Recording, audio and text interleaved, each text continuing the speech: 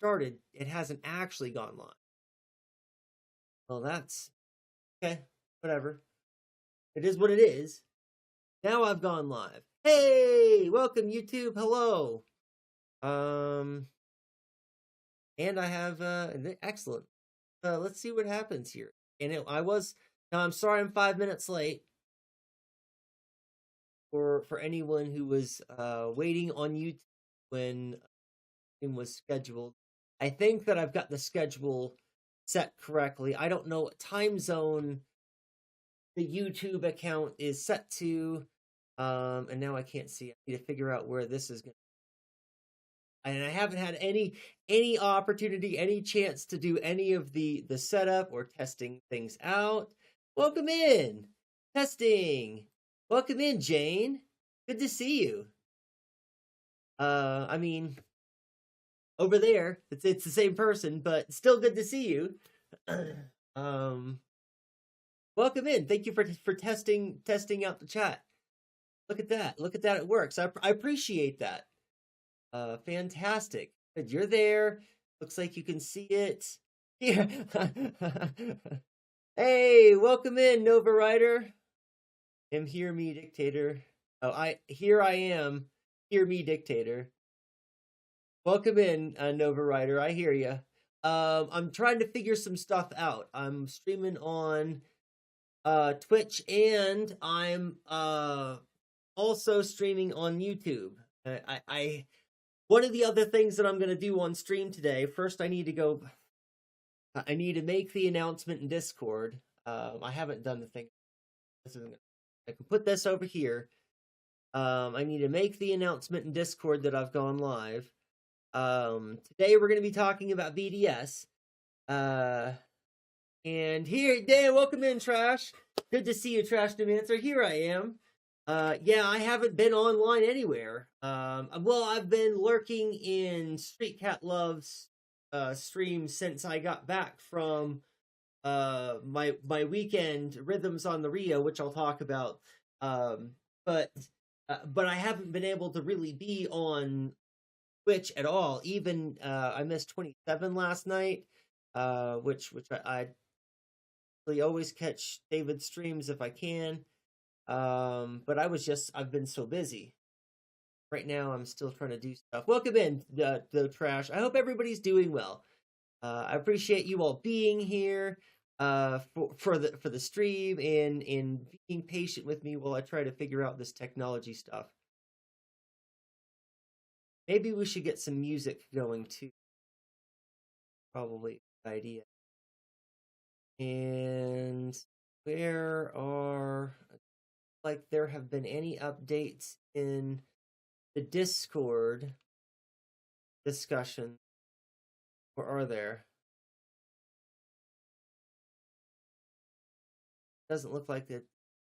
Anyways, go to it and say going live.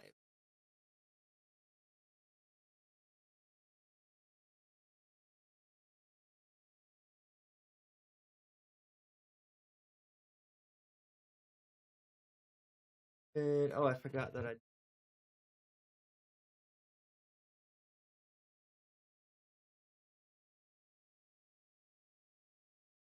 All right, so getting rid of stream elements finally is really what we're going to be doing mostly today.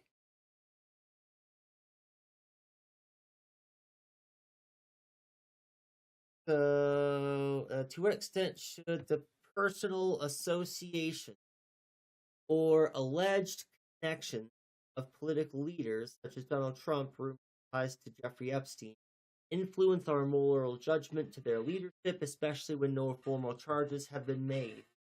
That is a really good question, Nova Writer. That is a really, really good question. That I will take a few minutes and respond to, despite the fact that I've got a million other things trying to juggle. I think that there is a value to trying to separate spheres of human affect it makes sense to divide the world up into some kinds of ways, to think about things, to analyze things critically, look at things through a certain kinds of lens. But at the end of the day, that our morality cannot be separated from the actual material world, the experiences of the perceived world as we perceive. And I think that to hold in your mind a suspicion that a politician might be a pedophile, that to see in the world that there is credible evidence to suspect that this person might be a pedophile based on our experiences of the world, and then to try to separate that out somehow politically to whether or not we vote for them, that doesn't make any sense at all, actually. Right? There are important ways that we can divide up the world, important separations ideologically, ways that we can compartmentalize ideas, but that doesn't make any sense. If we're talking about the suspicion and credible evidence that somebody is actually a pedophile, and I mean, we know that they are a sexual assaulter. We know that they are guilty of sexual assault. And we know that they have lecherously looked at little girls when Trump used to run the Miss America pageant, has openly admitted to doing those kinds of things and to being an openly vile and morally reprehensible person. And I believe any person that can separate those facts and isolate out their political agenda as to whether they're going to vote for somebody, that's completely insane, actually. And keep in mind that I am very mindful not to use ableist language, right? And I'm not using this in an ableist way. It is, I believe, a completely irrational way to operate, to function as a human, such that it is irrational with one's coherence as a being, on a level that we should categorically question those people's ability to understand reality. That's clippable. that's gonna make it into a clip at some point whenever I finally have time to go back and clip my stuff. Individuals involved is sick. Nova Writer, you've got to slow down the questions. I have tons of things to do today, and answering philosophical questions is really just not all high on the agenda. I know that's what my channel is, and I feel kind of like a jerk by saying that, but no, don't be sorry. It's okay, Nova River. Don't be sorry at all. You didn't do anything wrong. That's what this channel is for, and usually what I'm here to do.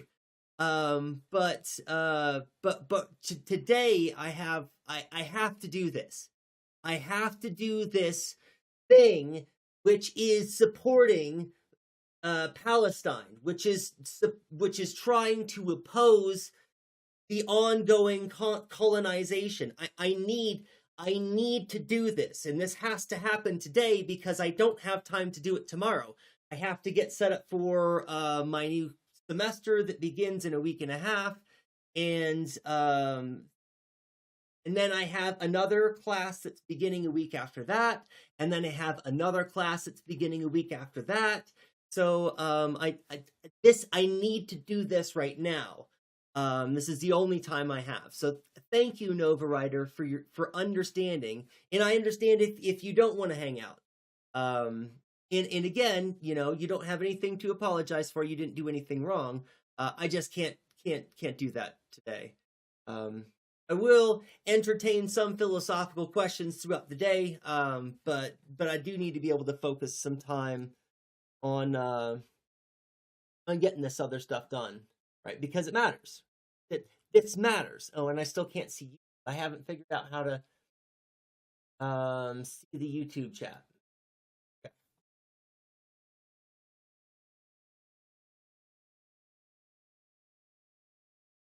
I think that there's an option for pop out. Let's see what pop out dashboard does.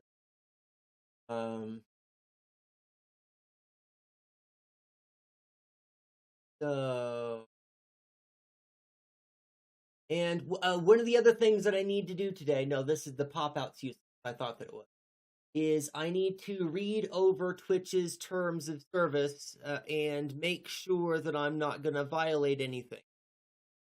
I want to say lots of stuff about what I'm doing over on YouTube, but I understand that there are rules and limitations to how much I can talk about what's going on over there. And I don't have a way to display the chat, and I don't have a way to cross. I haven't figured out how to cross over the chat. Like that's I need to do that. If anybody knows how to do those kinds of things, I could take some tips on how to do any of that. But and that's the other thing. So I don't want you all just looking at me while I'm looking at other stuff, because that's not going to be very fun for anyone. So the thing that will be going on that you all will be watching is this. It's on the Black Panther Party. It does a really good job of talking about the background, history. Well, and I'm not going to go and critiquing the Black Panther Party in general. And I think that this is good content for celebrating Black August, which is something that I would like to talk about later on stream. But I'm not there yet. I need to get more of the stuff set up. I need to start working on the BDS stuff and then work that towards this stuff. And incidentally, this video will be working back the other direction towards what I'm working on, the BDS and getting rid of stream elements. That's what I'm doing right now is the point of the video that you will be watching. So you will be working toward the reason why I am making this a high priority, such that that's what I'm doing on stream today, is that while you all are looking at this, I'm going to be focused on getting BDS stuff set up and working on a path to divestment from Twitch, which I believe I can say. I hope. If not, then I'll go back and bleep that out later, I guess, so that I don't violate the TOS. It doesn't matter. Twitch has been destroying all my VODs anyway. It's a good thing that I set up the backup for automatically downloading. So I have it set so that while I'm streaming, I'm recording to my local device as well. And it's a good thing, because for some reason Twitch is deleting my stuff after 5 or 6 days. Like it's already deleting stuff that I made more than a week ago. And I don't know why it's deleting stuff so quickly. I haven't read the terms of service to find out if there's been a change in how they do the file management. That's all also on the agenda for me to be doing today while you all are looking at the video. But if anybody has any questions, be sure to pop them in chat. I will be answering them. I also should put something on the screen somewhere about what I'm doing.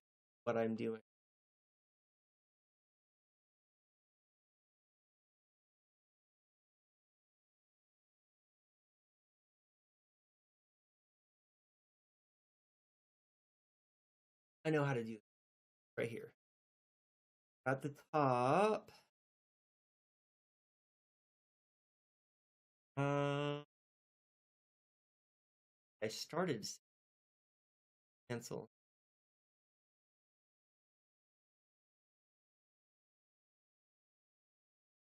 thought for sure that I hadn't. That's okay. It doesn't matter. Mumbling to myself. Uh, oh, it's over here on the other thing.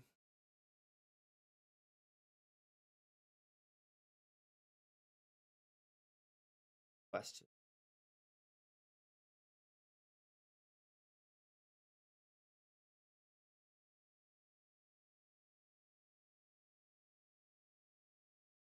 Question. Hey, Nova's last question. Your other good question was question. It's a good question. Like Nova's back and ask me questions. You can also ask me questions today. I just take a long.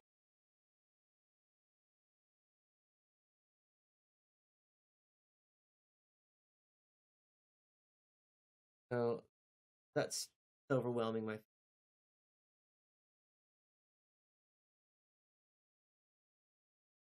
For that for now.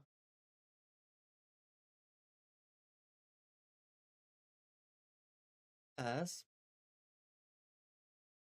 But yeah, no, that's good. That's. Um.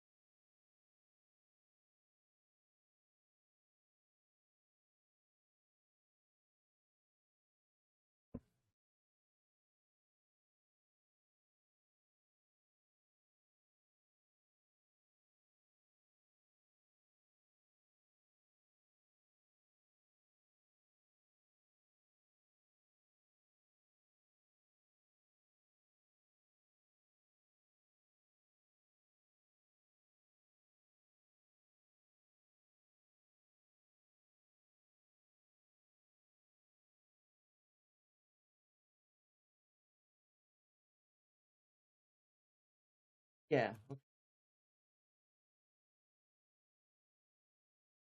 Graphic design.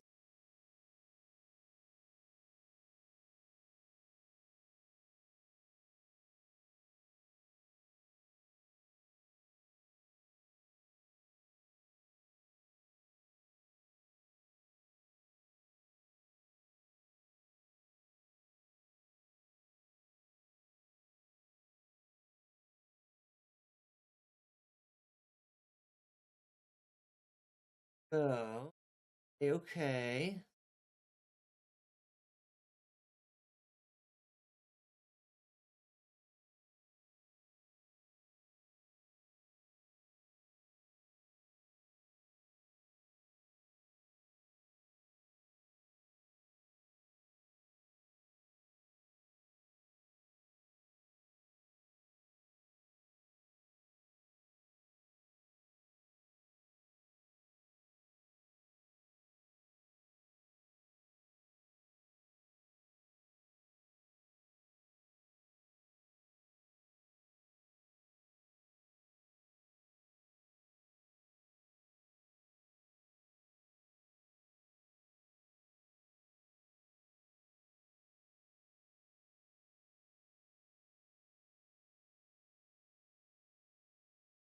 Is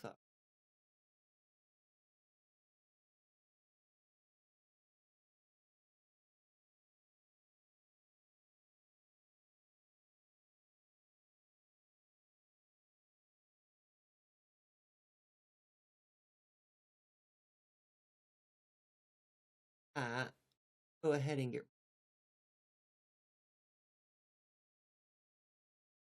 Yeah, I can do this. Right, it doesn't matter. I just get rid of die. Because the only other thing that it's going to be this. The only thing that disappears with stream element, that, and chat.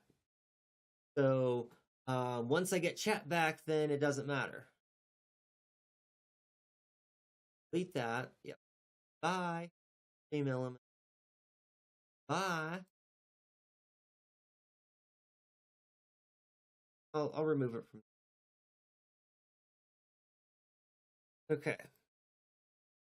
Now I center this.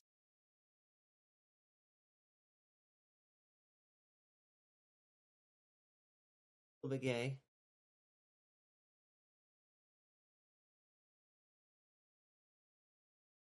And then we'll play the video.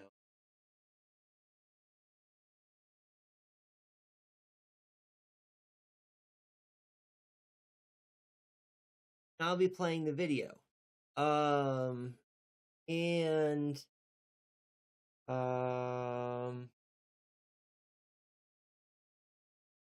looks like that's gonna be do I wanna everybody still here?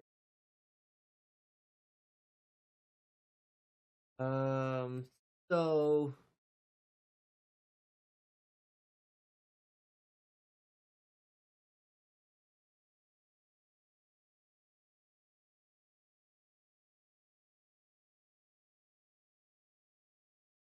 yeah, okay. Yeah, we just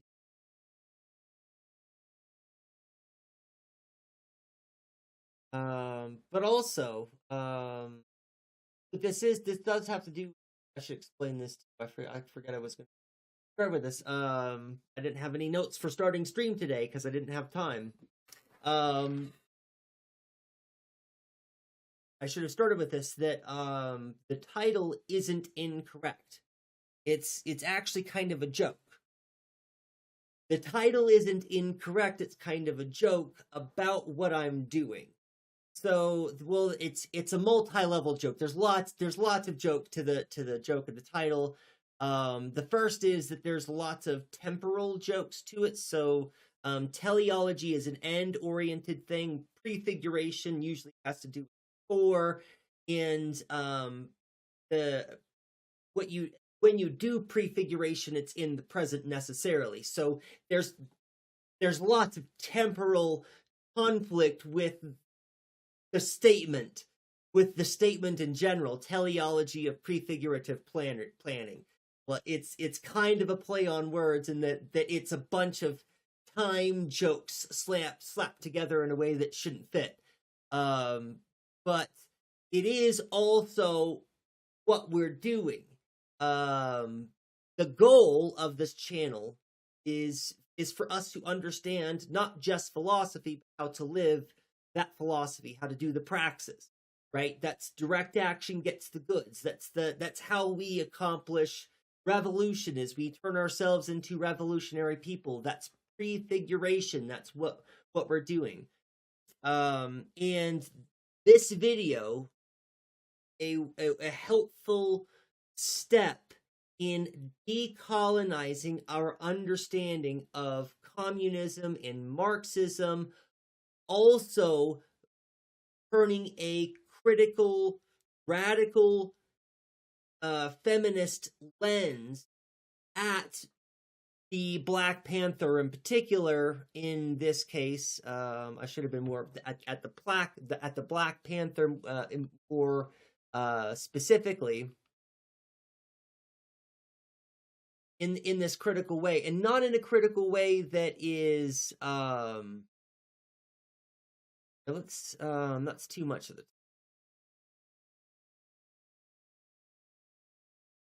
We'll bring those back in a minute.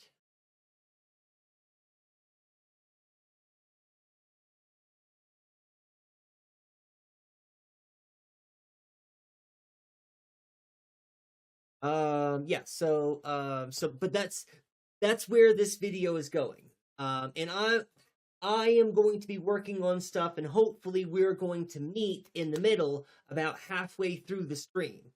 And halfway through the stream, then I'll start talking more engagingly about what it is that I'm doing, and I will probably ask for help for any viewers who are still hanging around for how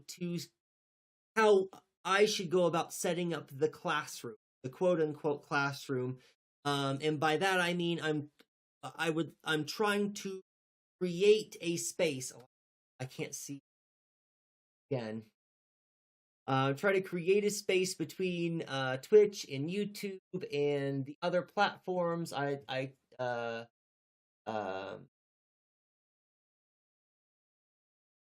IT mods.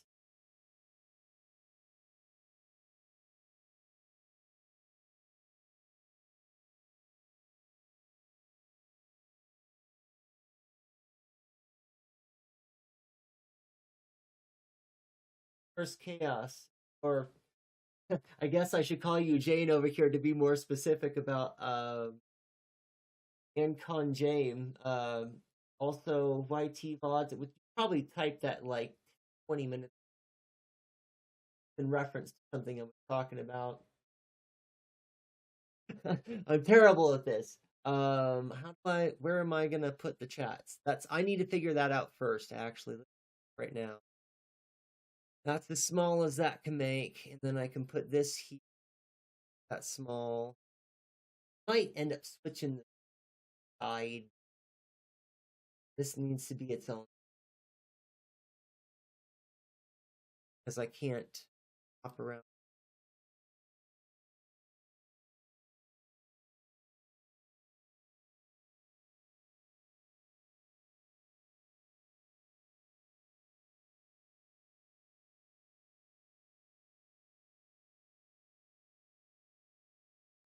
Oh, I need to get the video started because it's going to be probably long pauses of not saying a lot. And I need to be able to close all this other stuff. And where'd the chat go? Like, how do I get the chat out? Hop out, chat. Huzzah! And it doesn't matter what this thing does. Pause. Okay. Okay, good. So now this can go back to, well, this is closed. No, I should probably leave. This goes back to this. And this goes back over here. Assuming that I can rephrase. Again, I need to play the video. You all are just not watching me. Anyways, okay, I'm going to play the video. And feel free to ask me any questions that you have about the video. But don't be surprised if it takes me a while, as the disclaimer says. And I appreciate everybody's patience while we make this transition. I'm sorry that the site is under construction and that you all have to watch as the construction is taking place. But again, there is no other time for me to. I'm not going to have time. Oh, good. Figured out how to do that. Finally. It didn't do it for this one. I wonder if it could if I play the video stuff. All right. We always say in the Black Panther Party that they can do anything they want to us. We might not be back. I might be in jail. I might be anywhere. But when I leave, you can remember I said with the last words on my lips that I am a revolutionary. I have a long list of revolutionaries I feel inspired by. I always contemplate how they would maneuver in today's political climate. One of my favorite revolutionary figures of all time is Chairman Fred Hampton. He was the chairman of the Chicago Black Panther Party. Under his leadership, he built coalitions with non-black groups to combat capitalism. He focused on the class struggle in a way that didn't ignore the black struggle. On December 4th, 1969, Chicago police, with the help of the FBI via its counterintelligence program, they killed him. Hampton was drugged by an informant, then shot twice in the head while asleep. The police fired nearly 100 rounds at the apartment, while the Panthers only fired likely a reflexive response. He was only 21 years old. Every day when I think about Fred Hampton, my mind naturally shifts to thinking about the Black Panther Party as a whole. I miss the party, even though it disbanded around 2 decades before I was even alive. I miss the fairly superficial aspects like the aesthetics, the black berets and the black leather jackets were cold as fuck, honestly. But as a communist, particularly a black one, I understand that the party was far deeper than just aesthetics. The Black Panther Party was a black-ran Marxist-Leninist organization. They radicalized many into realizing that capitalism and racism go hand in hand, and you must oppose both to achieve our freedom. They engaged in a lot of actual activism, from providing children with free breakfast to cop watching. Today, there is a void that can be filled by a black revolutionary organization. So, through this video, we're going to be talking about why we need the Black Panther Party back today. Part 1. Why do we need it back? Race reductionism. Obviously, the left ideology is based on the class struggle. The proletariat, also known as the working class, comes in all colors, genders, and sexualities. So these differences at the end of the day shouldn't matter, but they do. While there is significant overlap between the ways the rich elite oppress the working class and the ways the white class oppress black people, there are some systems that uniquely impact the black community. Redlining at its core is a restrictive capitalistic oppression method, but it's not used against the working class as a whole. It was used on black people. A key reason behind slavery is obviously economic, but it's ignorant to purely view it as just economic. It was done to black people because the social construct of whiteness deemed us as inferior and non-human, thus in their eyes justified exploiting our labor and restricting us from the rights guaranteed to all men. There are a lot of black oppressive systems and actions that actually have absolutely nothing to do, or at the most very little to do, with capitalism. Lynching is not an economic related issue. Police may exist to protect property in the state, but they're not shooting unarmed socialists, communists, and others deemed as enemies of the state, at least yet. They're shooting unarmed black men. Our healthcare system is a capitalistic hellhole, but hospitals don't receive more money for their egregious negligence that kills black women. These are issues that are at their core not driven by capital gain, but by racism. Due to its lack of direct connection with capitalism, many on the left, particularly white and non-black leftists, overlook or simply ignore these issues, sometimes even downplaying the issues as just not as important as fighting capitalism. This is race reductionism. Race reductionism in this context is to disregard the impact of racial issues when discussing socialism. I believe a revived Black Panther Party or any black socialist organization could be a powerful tool in reducing this. The Black Panthers viewed the plight of black people in America not just through a Marxist lens, but through their very own black lens as well. Now, imagine if I just snap my fingers and capitalism dissolves immediately. We all wake up in the morning and a fully fleshed out communist system takes over. First of all, I'd fucking cry tears of joy. I used to pray for times like this. But I guarantee you, racism would unfortunately be the biggest social issue we would have. This is an important takeaway. I completely agree. I could not agree more with this person's material analysis in this statement. Snap your fingers. We have a perfectly evolved communism tomorrow. We would still not necessarily have overcome racism, right? That those are two separate issues. They're the creator will talk about Angela Davis a little bit later. There are those who or Kimberly Crenshaw is another example, who will argue that that there's meaningful difference. Well, I mean, never mind. Put words in. Never mind. Now that I've rethought about that, I'm just not gonna even bother to go there. We'll let the video finish talking about what it's gonna talk about, and then I'll have my comments. How about that? In fact, it'd probably be worse than it is right now. I believe it is completely possible for white supremacy to exist and even flourish within a socialist communist system. They wouldn't be able to weaponize economic oppression against black people, that's true, but they would sure as hell find something. This is why any Marxist, Leninist, socialist, communist, whatever on the left, any movement like that isn't actively anti-racist is bullshit. We, as the black working class, don't have the privilege to pick and choose when to combat white supremacy or when to combat late-stage capitalism. We have to fight both at the same time every waking moment. I think an organization committed to acknowledging this and leading the charge would benefit everyone. They would also have enough influence to keep these white leftist organizations accountable for any enabling or ignoring of racial issues. Black people can better radicalize black people. A key aspect of strategic messaging isn't changing your message for each group, as that leaves potential for inconsistencies within your beliefs. Strategic messaging is keeping the message the same while changing the messenger to match the target audience. Message! See, if the goal is to build a class-conscious, diverse working class, then the messengers should also be diverse. A black communist is very likely to have a much easier time recruiting and radicalizing other black people than a communist of a different race. This isn't racist, but rather an acknowledgement of the obvious. Black people in America share a culture, often share a local community, and share an overall experience of being black in America. The Panthers were able to utilize this because they had lived this experience themselves. This truly matters. Sure, we the working class are united in our struggle against capitalism and our torment caused by the ruling class. But we are also the most diverse working class group in history as far as I know.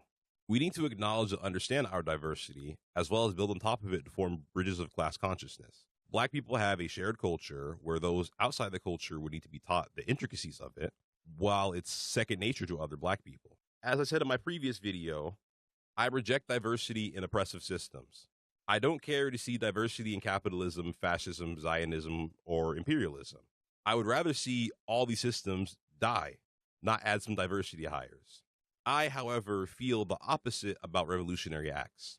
It's going to take diverse leadership of the working class to mobilize the diverse working class.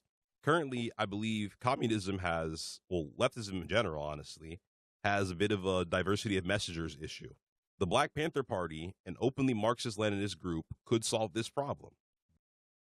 Dismantling black anti-revolutionary propaganda. If you are black and watching this video and end up disregarding or forgetting most of my points in this entire video, at least grasp what I'm about to say here. Black capitalism will not save us. Sure, some random rich content creators may be flaunting their wealth for the sake of your entertainment. I don't know why you find it entertaining, but just bear with me. I need you to understand that the chances of you becoming homeless or slapped with a ridiculous amount of medical debt in the next 5 years are far, and I mean far, higher than you becoming rich like those content creators you like to consume in your entire lifetime. This, of course, is not specifically a black issue, as I'm sure people of all races have similar delusions, but black people uphold their billionaires and the black members of the ruling class in a unique way. Black Americans acknowledge that we face many racist systemic hardships that make it harder for us to succeed in comparison to our counterparts of other races. So when you see a black person overcome this adversity and become rich, the inspiration of seeing one of us make it gives us this false hope that we all can. It's a symbolic victory since the wealth of a black billionaire will never reach our community in a beneficial or efficient way. The only truly beneficial or efficient way of uplifting the black working class is to destroy systems of capitalism, not beating the odds and winning capitalism as a single black individual. See, in my personal opinion, there are only two reasons you could logically want to be rich. You are either possessed with greed of biblical proportions, or you just don't want you, your family, or your community to struggle anymore. That's the only two reasons I see. The second reason is something we can work with. We just need to push against the uplifting of black capitalism to push our community towards the real solution. Black radicals back in the day excelled in this. Along with black capitalists shutting down black revolutionary action, there's another guilty party, and it's literally a party. Black liberals are sellouts. I know I just pissed off a large group of people, so let me rephrase it. Black liberals are sellouts. They like to call leftists racist for saying this, and sometimes they do have a point, but they can't. But I love that instead of actually rephrasing, just resaid the same thing, because it's categorically true. You know, there's You can't sugarcoat the truth. It just is what it is. So let me rephrase it. Black liberals are sellouts. They like to call leftists racist for saying this, and sometimes they do have a point, but they can't say a damn thing to me. Let's play a game, dear viewer. In your head, or just out loud, doesn't matter. Tell me the 3 most prominent black Democrats right now. They don't even have to be in office right now. Just 3 black liberals with power and influence today. Ready? You can pause if you need to. Okay, so now here are my questions. Question 1. Did any of them advocate or do anything to combat police brutality after George Floyd, so like 2023 to now? Question 2. How about for black unemployment, homelessness, educational racism, or any black issue since 2024? Question 3. How many of your 3 names advocated for Israel or take Zionist money? I'm going to take a wild guess that your answers are no, no, and all 3. Black liberals should be called liberals who are black, since black will always come last to them. There's not enough room in their agenda for us black people since they're too busy advocating for capitalism and Zionism. Pat, why single out the black ones? It's not like they're the only Right, Trash? Exactly. Completely agree with that. liberals that don't give a fuck about the black community. You're correct to ask, dear viewer. Their race is important, first of all, because they're black themselves, but also because liberals make the race important due to their love for optics. They love to promote black symbolic victories like statues, wearing kente cloths, electing black politicians like these black liberals, without actually addressing the systemic causes of the suffering of black Americans today. And there's a pretty clear reason why they do this. Earlier, I mentioned race reductionism as ignoring racial issues in favor for class issues. Well, if you reverse it, you get class reductionism, the reason why I hate black liberals. Black liberals pushing the class reductionist views ignore the class issues that impact the black community. Addressing the material suffering and material conditions of black people, like the disproportionate rates of homelessness, environmental racism, educational segregation, no access to proper food, and a long list of other issues, will require you to attack capitalism. Why the fuck would the Democratic Party, currently being controlled by donors and lobbyists, advocate against the very same capitalism that's keeping them employed and paid? Any black activism that doesn't uphold, at the very minimum, socialist adjacent policies is performative, useless, and only serves to distract. Stop gassing up the Cory Bookers and the Hakeem Jeffries and the rest of these self-serving, counter-revolutionary black politicians. The people want a group or individuals that they can look up to and rely on to fight for them and beside them. Black liberals are neither of these things, and the Black Panther Party was both.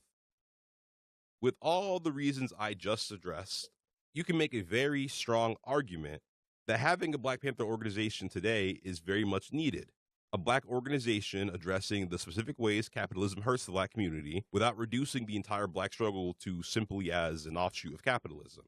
A black organization that teaches the various black communities that electing black liberals and engaging in black-led capitalism is not the solution to our issues. A black organization that mobilizes thousands of black Americans into being an active, class-conscious working class. So basically, I made my case, right? Well, I actually haven't been entirely honest with all of you. I hope you'll make it to the end of the video before passing judgment and allow me to explain myself. I actually am against bringing back the Black Panther Party. Part 2, why we shouldn't bring the Black Panther Party back. I like the Black Panther Party. Okay, that's really weird. Oh, you all can't see it. It's that weird. Popping out on Twitch too. It's happening. Twitch. What's odd format?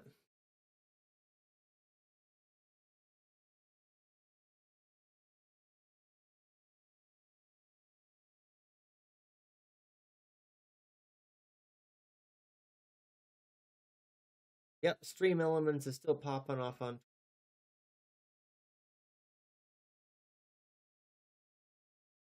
despite the fact that I've disconnected.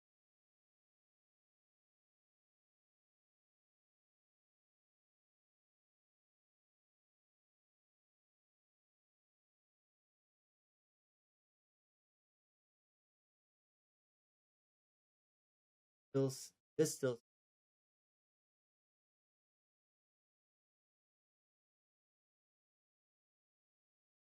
I've got a whole bunch of stuff. Oh, this is, yeah, no, absolutely. Welcome back, Nova Rider. Good to see you. Yeah, it is kind of an odd format, but they explain it. The content creators actually gonna explain it in a little bit. I think they get to hear, maybe, but, they rewrote this, particular video 3 different times. I think they said they rewrote it and rewrote it and rewrote it. And the reason why they kept rewriting it was because they kept changing what they were doing. Yeah, no, it's just it is kind of odd. I completely agree. So, but I'll let them get back to finishing their point. I still don't know why. Because that CoffeeBot is not the same as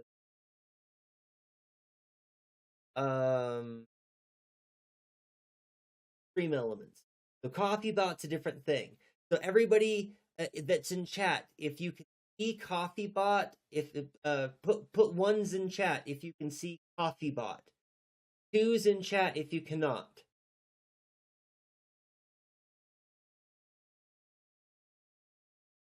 I should have asked about. You cannot see the CoffeeBot show up in chat. Okay. That's interesting. Because it's showing up on Twitch. You saw the CoffeeBot earlier? Yeah, it was a few minutes ago.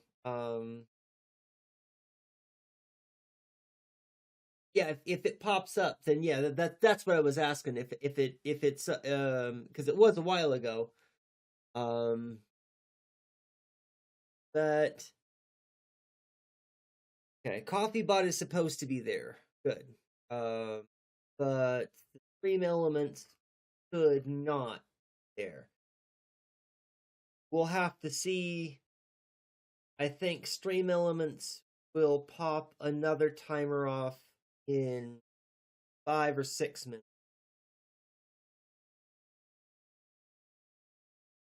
No, it's full 7. It's 7 minutes from probably. But anyways, sorry. I'll let us get back to the video. Don't filter the names well.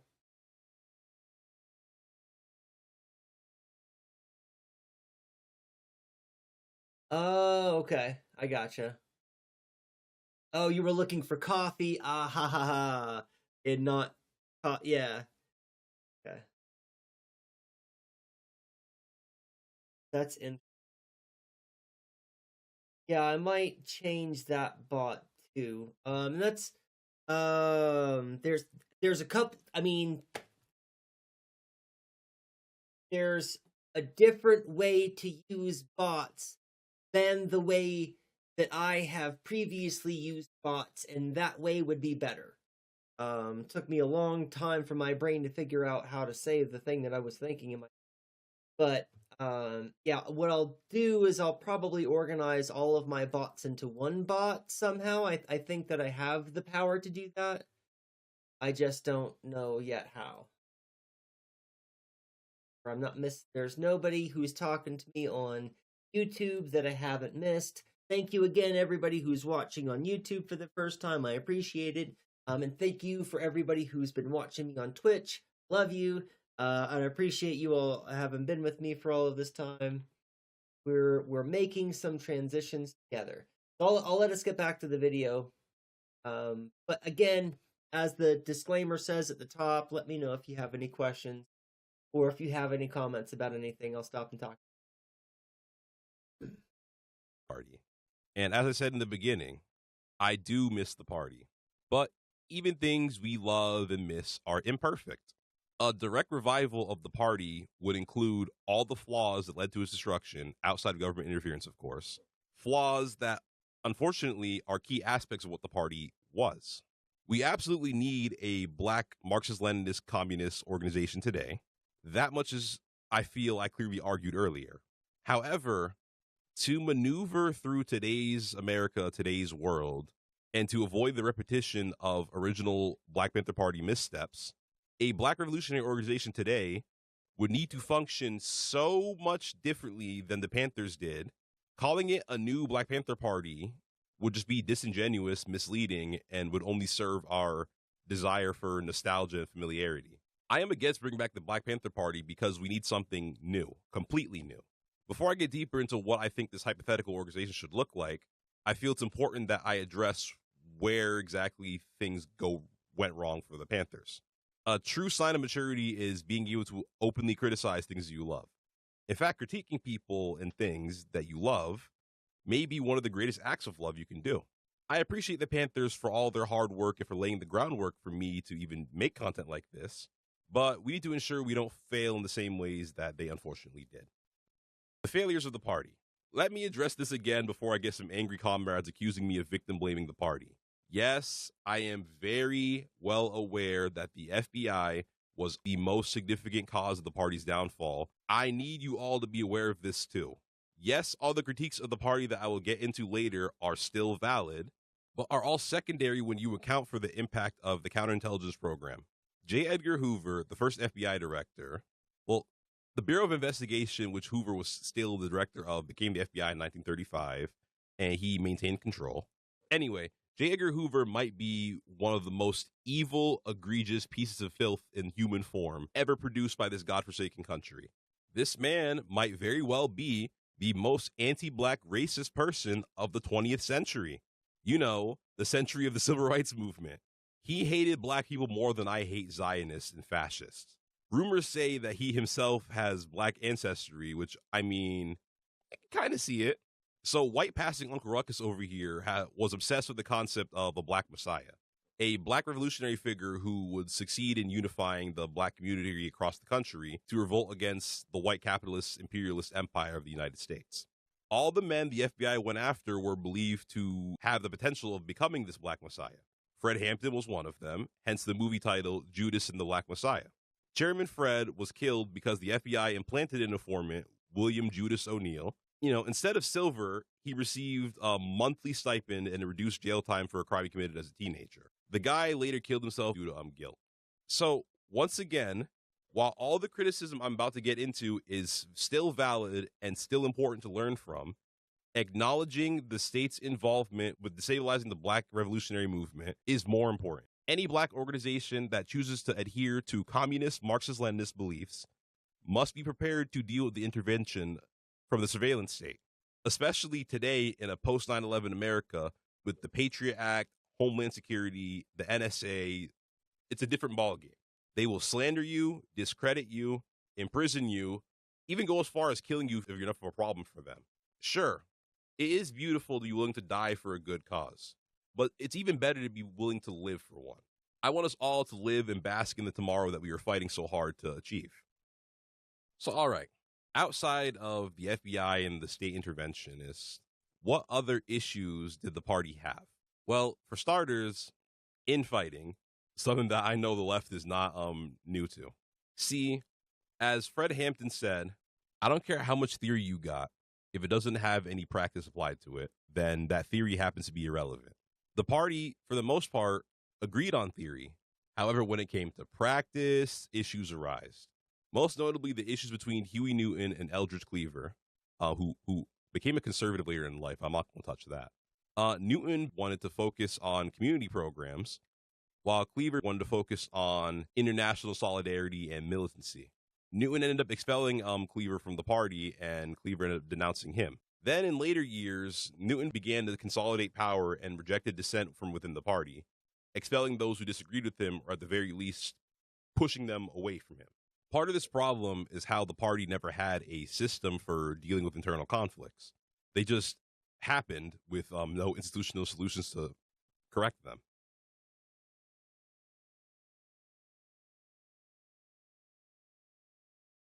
Example 272, how Black women have never been protected in the Black community, even in the presence of activists. Did you know that a lot of prominent members of the Black Panthers were abusers and sexual predators?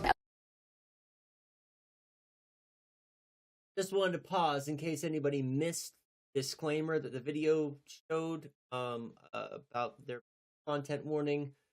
This will be kind of explicit, is very real, and we need to be very real about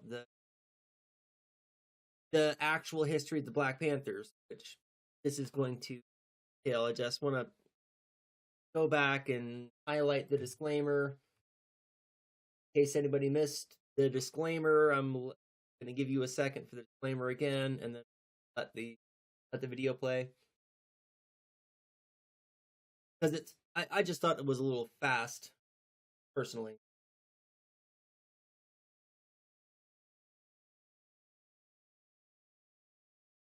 Example 272, how Black women have never been protected in the Black community, even in the presence of activists. Did you know that a lot of prominent members of the Black Panthers were abusers and sexual predators? Eldridge Cleaver, a prominent political activist and leader of the Black Panthers, was a convicted rapist. In his book Soul on Ice, he admitted that he would rape Black women in the ghetto for practice so he could prepare for his rape spree of white women, because in his mind, raping white women was a revolutionary act. This is a person who reached the levels of being a prominent leader and political activist in the Black Panther movement. How does something like that happen if Black women are genuinely protected? If women are genuinely protected? If misogyny, misogynoir, and sexism and rape culture are taken seriously?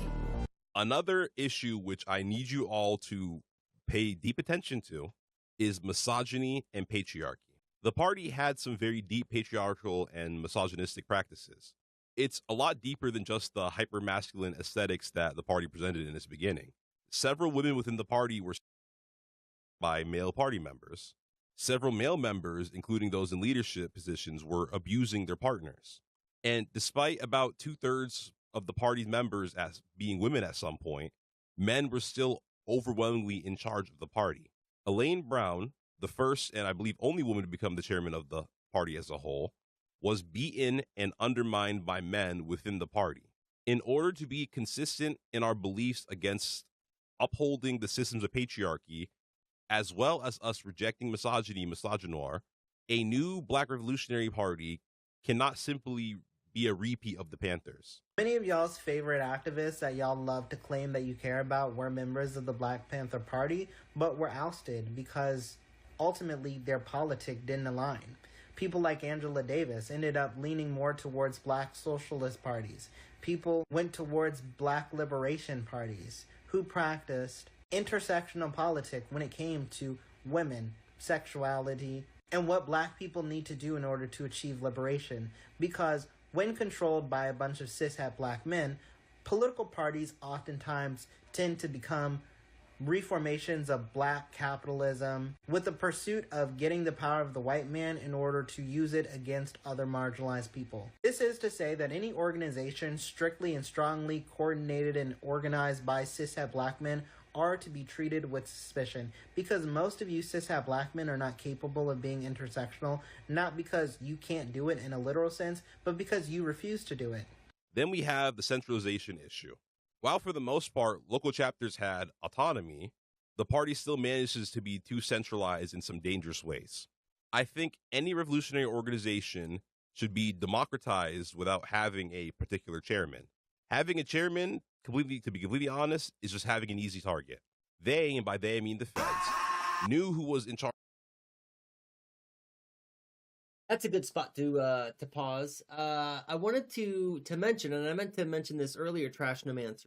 This video is gonna go into some detail about the organizational problems that the Black Panthers faced that we should probably look at and consider for the kinds of things that we're talking about currently on the Discord. when I was watching this video, there was a lot of things that you and I had already, like weeks ago, you and I, that conversation we had a long weeks ago, you know, about organizing and the difficulty of resolving differences. And this video is going to talk about strategies and patterns, or talking about strategies and patterns anyway. So just wanted to draw attention to that. Of the party at all times, which basically told them who to kill, who to imprison, or who to harm. Obviously, some people will need to take a leadership role in a new organization, but no one man should hold all the power nationally or locally. My last complaint, the party should not have been involved in electoralism. Under the leadership of Elaine Brown, they managed to get the first black mayor of Oakland elected. And I think that's about it, success-wise at least. If a group is going to be staunchly Marxist-Leninist, then they should avoid wasting valuable resources on electoralism. Local elections are indeed important, but direct community action is more important. There would certainly be no purpose of a new party engaging in electoralism today, since we have several left-wing organizations that already focus on electoralism. So to conclude this section, I don't think we should simply bring back the Black Panther Party. We can look up to their actions and the groundwork they put in, but we don't need to look at them through the lens of rose tints or nostalgia. We can be honest. It was a very flawed organization. We shouldn't want to bring them back. We should want to make something new. They walked, so now we should be running. Obviously not running for office, though. Let's not do that. Part 3, the new Black Revolutionary Party. Learning from the Panthers, what to change. Let's develop this hypothetical organization for analysis purposes. For now, let's just call it the NBRP, the New Black Revolutionary Party. So, if this organization is to learn from the Black Panther Party, in what ways will they be sure to not repeat the same mistakes? For starters, there needs to be a form of conflict resolution and internal rules that each member must uphold. This should include a no-tolerance policy for serious egregious acts such as sexual assault and harassment. For conflict resolution, I would recommend a restorative justice approach rather than a justice approach.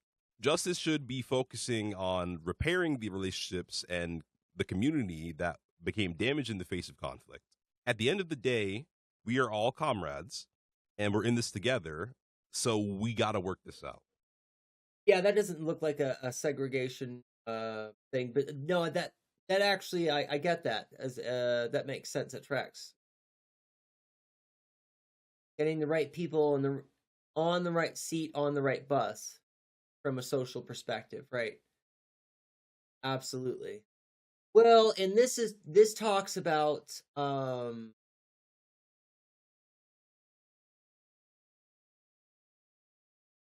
democratic autonomy too. And that's, I think that by and large, people in general just really are not that comfortable with this kind of idea anymore. Democratic autonomy is something that we all actually have. Really, it's a real thing that we all have, that most of us spend no time using or thinking about, because the way that society is orchestrated, we are on rails, right? We're usually in a place, in a time that society has deemed appropriate, right? And we don't deviate from that, but we actually have democratic autonomy in that we can direct ourselves and do anything that we want to without the government's approval or permission. We could literally dismantle ICE, and we should be. But the reason why we're not doing so is because more people don't understand that this is a real, that we can do. We have the actual physical ability to do this, that we just have to go and do it. Right? We have to connect the dots for people to understand what this really is. And so when people get swept up into organizations or into collectives or into groups, when they jump onto a bandwagon, they are automatically going from one set of rails to another set of rails, which is why most organizations aren't a threat to the country or to the state. That's why COINTELPRO doesn't bother infiltrating all organizations. It doesn't have to, because most people are just hopping from one set of rails to another set of rails, in which they are not going to actually be a threat to the state.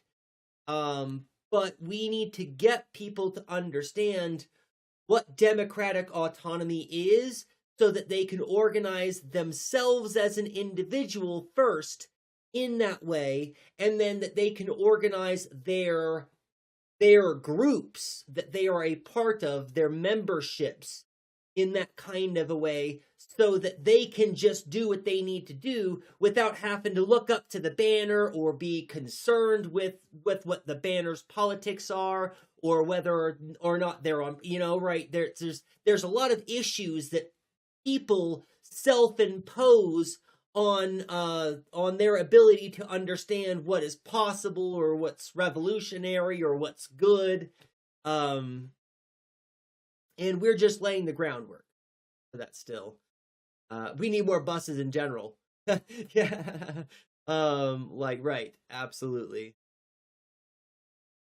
Good tangent there for a minute, but I guess I can update too, because we're probably about 2/3 of the way through the video. I have this stream elements just popped up again. Sure enough, it's still ticking off. Okay, well, we'll figure out what to do about stream elements later. What I might do is just go through and delete everything from it. I might delete the account. That's probably what I should do, is go through and delete the account. But I can't do that, or rather, I don't want to do that until I've recovered everything, transferred over from one bot to the other.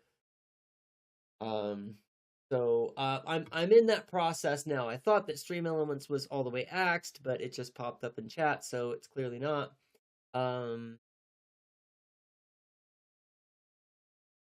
I hope that we'll see. I've activated the Firebot already,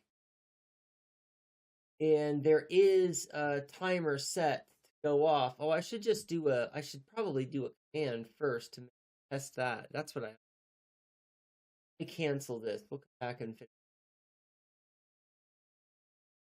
Test a command.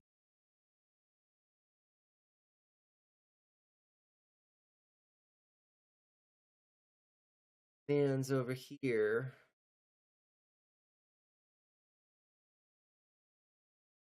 See if this works.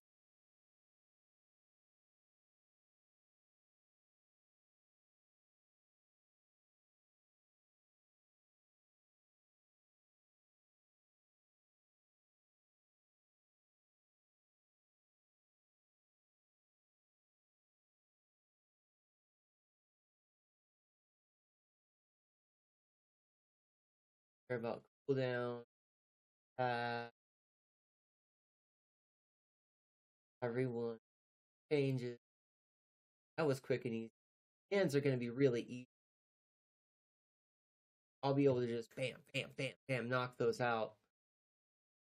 So let's see what happens. The stream elements immediately pops up, and the Firebot still hasn't. I have activated that command. Firebot, for some reason, actually posting chat.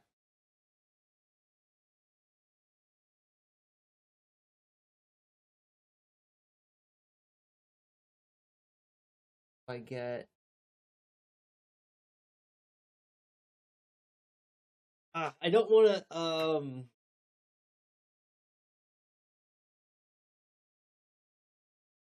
stop streaming. I don't want to end the stream. I can't imagine that I would have to end the stream for me to be able to do for Stream Elements to update that it's no longer activated on Twitch, authorized. I deauthorized it through my Twitch account. I've deauthorized. Go to channel.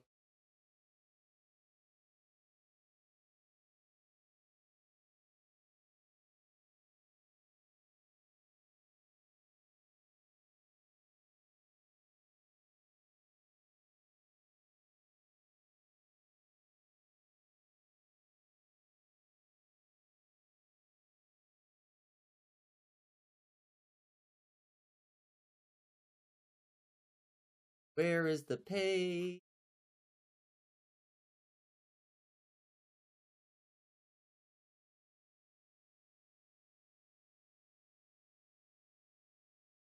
Hey, something just popped up. Yeah. So that worked.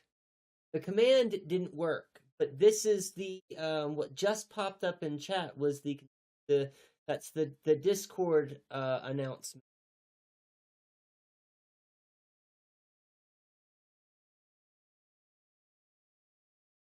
Which will show up as me texting it until I get the bot worked out. When I fix the bot, then I'll move all of the announcements over to the bot giving the announcement. Okay, so that's something. Something works.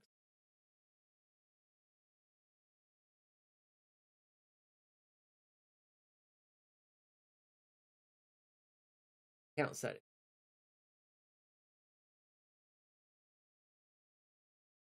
Correct? Yep. Connection. Under connections, I've done this. I know where I'm going. Other connections. Here's Firebot is connected and Stream Element not on the. My other stuff is mention stream close. That doesn't. Oh right, that's when Twitch told me it had a new closed captioner that works and it doesn't. Have to, or I couldn't get it to work anyway. That doesn't matter. It's neither here. But why did the command? Why is stream?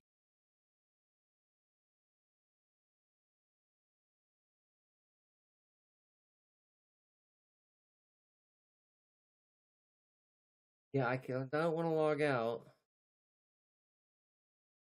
Import.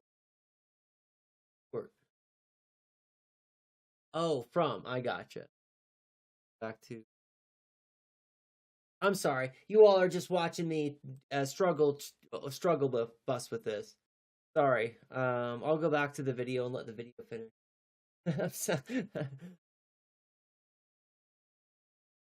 There also needs to be a major push for the inclusion of all types of Black people who are open to Marxist thought. This means opening the doors to Black women, Black queers, Black people with mixed heritage, and Black people all over the diaspora. In my opinion, you can't truly be pro-Black if you aren't in support of and welcoming to all Black people outside of character-based reasonings, of course. The Black Panther Party attempted to be inclusive later on, but many have said it was too little too late. The NBRP must be inclusive well before day one. This helps the radicalization efforts for the more niche subsects of the Black community. I mentioned in passing earlier that having a chairman is not a good model. Not only does it produce an easy target to dismantle the entire movement, but it also adds the opportunity for anti-democratic processes in a community-based organization. No one individual should ever have the opportunity to take and hold all the power. So, rather than chairman, have a council of mentors. They don't have any more power than anyone in the group on paper, but are essentially de facto leaders due to their experience and ability to lead. Now, however, as nice as it would be to just jump straight into a fully decentralized group, that's not feasible from the start. So here's how I think it should be structured. So, assuming they utilize the chapter structure, there should be 2 branches. Each individual local chapter has 1 branch, and then above that would be the national chapter. The national chapter should be ran by a starting council of the people who decided to start the organization in the first place. The national chapter should only have a few powers, giving and taking endorsements from each local chapter based on the ability to uphold to the rules and the values, representing the party on a national level, and facilitating the creation of other chapters. Bear with me as I go a lot deeper into this. Let's just say, hypothetically, the first people who started this organization are a group of 7. It absolutely needs to be an odd number for this to work. So these starting 7 are the National Council. They will hold power until there are at least 7 local chapters across the country. All 7 chapters each elect a representative, and the 7 representatives make up the new council. They hold power for, let's say, 2 years, then boom, more elections with hopefully more chapters, thus leading to a bigger council.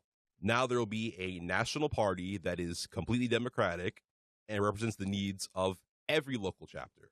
There also won't be a single individual in charge who outside entities can just kill, arrest, or compromise. Slap on some term limits, and this should be a rather stable system. Let's address another important topic before anyone asks in the comments.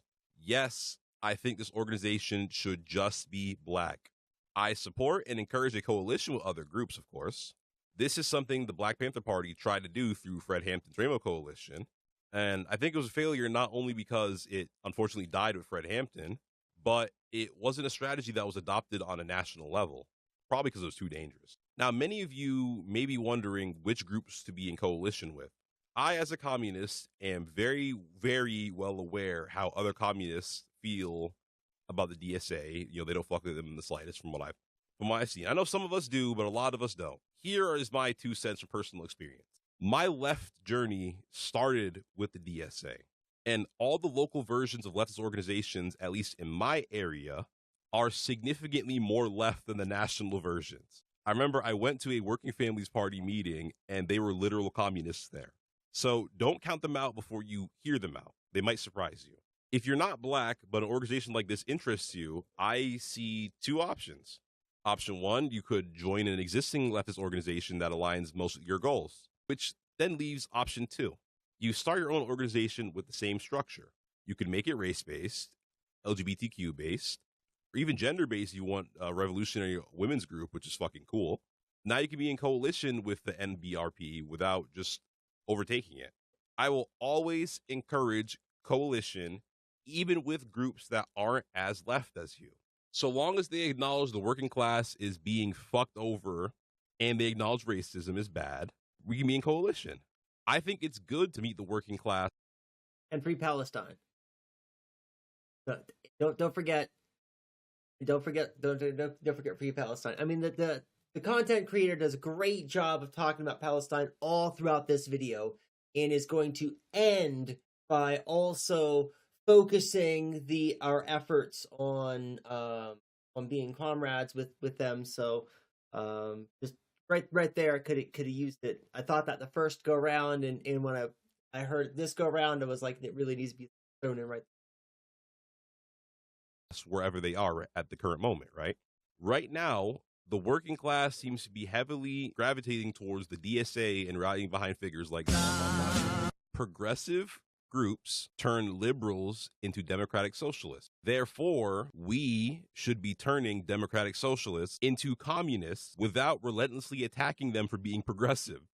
So these are differences that I believe the NBRP would need to take to succeed.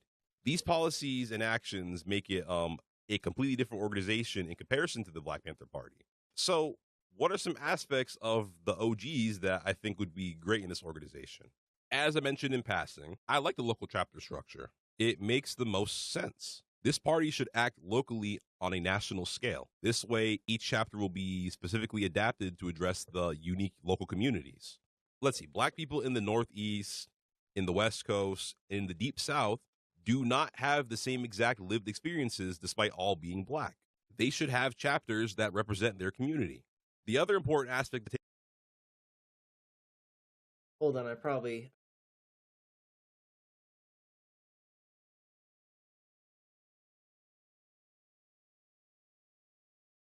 second rule is sort of sure if I see the need for the hierarchy either. In sociocratic, the greater council could just be broken into separate sociocratic work groups. I 100% agree with you, Trash No Man. It's funny that you mentioned that because I remember thinking that exact same thing. Like, we're not running a franchise, right? There's not really a need for any hierarchy whatsoever. There's no reason for people to be checking in, right? What do I mean? My group doesn't need to ask permission for anything, right? And that's where the democratic autonomy comes from, is when these groups formalize and are working together with each other. There's no need for them to check in, right? If I'm working on these initiatives over here, I don't have to check in with this group to make sure that they agree with my tactics, right? You know what I mean? If they're helping out, then they can add their input, and I will welcome it, right? But we don't need. There doesn't need to be any kind of formal hierarchy, and the more formal hierarchy that a group has, the more susceptible the group is to infiltration and to for that leader being subverted or demonized or just assassinated. Leaders specific, elected ones, as we do it now, are not the best people for any given task. Right. By breaking the job into work groups, the leadership is granulated. And that's, I completely 100%, and that's exactly right too. I think that there's a conversation that I had, and this is a good tangent. Let me go off on a tangent real fast. I'm making good progress on my timers and stuff so far. I had a conversation with somebody over this weekend, and they kept insisting that we needed to go back to the earlier ways that we had organized society. And I had several immediate knee-jerk reactions to that, where I was like, well, they were talking about Greek and Roman society, specifically the kinds of spaces where Western philosophy was able to take root and then to explode, right? And that was where this person was thinking. And my pushback was like, all of those cultures were patriarchal. They all had slavery. They were all capitalists already, kind of, by then, or capital was eking its way into the ways of life and such that it was already shifting. Their banking had already taken off and was already an established thing, and so there's some pushback. There's some immediate pushback that I have with this idea, but there is some value too. And the tangent doesn't make sense yet, and I'll explain it. It has to do with Trash Nomancer's comment about, nobody can see the chat because there's a chat here. About leadership, the way that leaders work now, and as we do it now. So it's not just about the process. It's the leaders themselves. The leaders themselves who understand, or better yet, the concept of leadership as we understand it. Not just as political leaders or elected officials, leadership as a meaningful word isn't the same thing that we think about now. As it would have been for Plato and Aristotle. And this is very similar to something that I've talked about before with I was having with Apolitical Daddy. Aristotle's irrational ethics is one that requires it's one that that doesn't understand. Aristotelian ethics doesn't understand how a person, any individual, can do anything to harm the community and benefit themselves. Aristotelian ethics does not understand that that kind of thing is metaphysically possible. So, how do I make sure that if you're thinking it's not that selfishness doesn't exist, right? Aristotle isn't naive, right? So don't think that, don't mistake that for what I'm saying. It's not the case that Aristotle was naive and believed that people were not self-interested.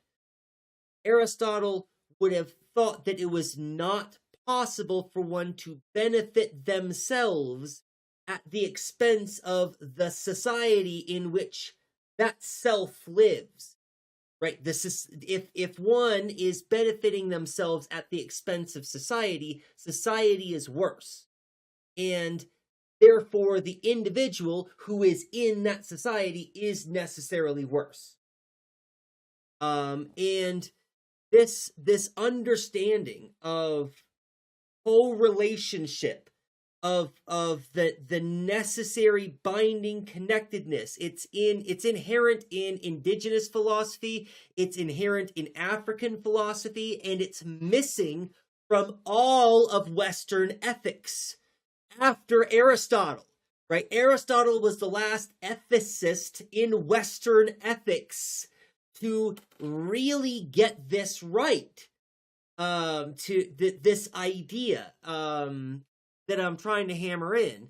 And the mistake that Trashnomancer's pointing out is the mistake that it is a result from society's understanding of leadership, right? These things are related, that how one goes about being productive in a way that is good for them and organizes other people around them. In our current society, those leaders are necessarily exploitative. They have to be. That's what makes good leaders in our culture and society, is somebody who is necessarily exploitative. Right? And that is not the same kind of concept as leaders who were in leadership positions in Aristotle's time. So when we're trying to think about, right, we need to be able to separate these ideas and not throw out the baby with the bathwater. When we're trying to nuance how we are building our organization and building our coalition and building our revolution, we need to be able to look at Roman society and look at Greek culture and look at aspects which allowed people time and space to flourish such that they could invent new creative philosophies. But we also need to be mindful that those people at that time also thought patriarchy was normal and slavery was just fine, right? We need to take all of these things in context and remember to put words to all the nuance. But that's a long way of saying that Trashnomancer is completely right, that we should not be interested in leadership right now. We don't need leaders. We don't need leaders in our revolution or in our organizing. Period. Because leaders in our culture and society are necessarily exploitative. That's what makes a good leader in a capitalist society, is somebody who is willing necessarily and develops a habit of exploiting people and using them for some ends or means, right? That's what's good in our society. That's not good for building a revolution that's anti-racist and feminist and gender liberated. Just need the solutions. Yep, we just need the solutions. We just need the good creative ways of thinking. It's awfully quiet on YouTube. I didn't do any promoting, so I guess I shouldn't be surprised that it's awfully quiet. But we'll see what happens once I post this video and the stream is on there, and people can just I think it automatically saves it. If not, then I'll upload it because it's automatically saving it to my hard drive. Because Twitch won't save my effing VODs. Bitch. I mean, it's like they want people to leave. It's like Twitch wants people to leave. That they just their customer service is trash, their technical support is trash, their services that they offer for their streamers is just really not very good. Whatever. I am streaming on YouTube, and I'm thinking about going. I might actually up my restreaming. Thank you for saying something over there, Jane. I appreciate that. Good. The VOD will also be auto-saved. I appreciate you giving me that information and also adding in a little bit more chat somewhere else on, that's been like an hour. So, fine if people, folks. Yeah, actually, I should go back to the video because that's what the video is about to get around to, is talking about the usefulness of diversity of tactics and how we employ those in our organizing. Yeah, I thought you'd really like this video, Trash. It's one that I'll probably go back and watch. I watched it before stream because I didn't want to be distracted. I'm busy doing and stream elements is still popping up, and yeah, but that's right. It's one that I'll probably go back and rewatch. Anyways, I'm going to get back to work. Take from the Black Panther Party is their direct community action. Let's take a little time to explain some community action. Mutual aid is when a community gets together and shares basic resources like food, money, clothing. It doesn't rely on charity or government assistance, just the community taking care of everyone there. A classic example of mutual aid is a community food pantry where everyone can just grab food as they need it and donate food as they don't need it. After school programs are rather self-explanatory themselves. They are supportive spaces for children to be fed, taught things that school won't teach them, enjoy recreational activities, and be somewhere safe while their parents and guardians aren't available. It can also keep the older kids off the streets. Political education is one of the most overlooked yet important acts of community action. It teaches the local masses about power, who holds it, why do we think we have none when we do, how to take the power back. This would also be for teaching Marxist theory in a way that's adapted to your community. Community healthcare clinics offer free and low-cost medical care. This is most effective in areas with no easy access to a hospital or no insurance. The Panthers used to have free clinics that offered checkups, STD screenings, vaccinations, and even sickle cell testing, while the government, like usual, didn't do shit. Tenant unions are a group of renters who organize together to demand safe, affordable housing and fight back against abusive landlords or rising rent. Also, in my personal opinion, the phrase abusive landlord is redundant. I think making money from housing and any need is inherently abusive. Anyway, tenants could refuse to pay rent together until repairs are made or organize power to prevent a neighbor from being evicted. An individual tenant has very little power. An organized building of renters, the parasite known as a landlord is screwed. Lastly, let's talk about community defense. Community defense is just looking out for your community and acting against violence and acts of racism without relying on the unreliable police to protect your community. Sometimes the people you need to protect your community from are the police. Community patrols and other acts of defense greatly limit all threats, ensuring safety for everyone there. All of these are the kinds of actions the Panthers prioritized. The NBRP should certainly do the same. What's the point of a local chapter that doesn't serve its local community? Here's another major aspect of the Panthers that this new organization will need to have. It's actually insane that this is equally relevant now as it was back then. The Black Panthers were anti-Zionist, and the new party, as well as every left organization and individual, also needs to be active and anti-Zionist. I shouldn't have to explain this, as I already stressed the importance of solidarity. Black revolutionaries have constantly and consistently been in coalition with the Palestinian liberation movements, and we should be doing the same today. If our oppressors and their oppressors are in bed with each other, then we need to share resources and knowledge to oppose both. An example of this today would be backing the BDS movement. Boycott, Divestment, and Sanctions, BDS, is a Palestinian-led movement for freedom, justice, and equality. BDS upholds the simple principle that Palestinians are entitled to the same rights as the rest of humanity. This movement provides an easy way to advocate for Palestinian liberation by simply not spending money on and shaming companies on the boycott list. A boycott is a passive act. It is the most passive political act that anyone can commit, a boycott. Because what the boycott was doing was simply saying, we will not ride your buses. No sort of antagonism. He was not even verbally violent. He was peaceful. I think a similar movement made for boycotting, divesting, and sanctioning corporations that are actively harming the Black community while maintaining solidarity with the Palestinian one would be a great idea. This could prove to be effective once you realize that there are several companies on the BDS list that Black people should also stop supporting for their own interests. Including Stream Elements.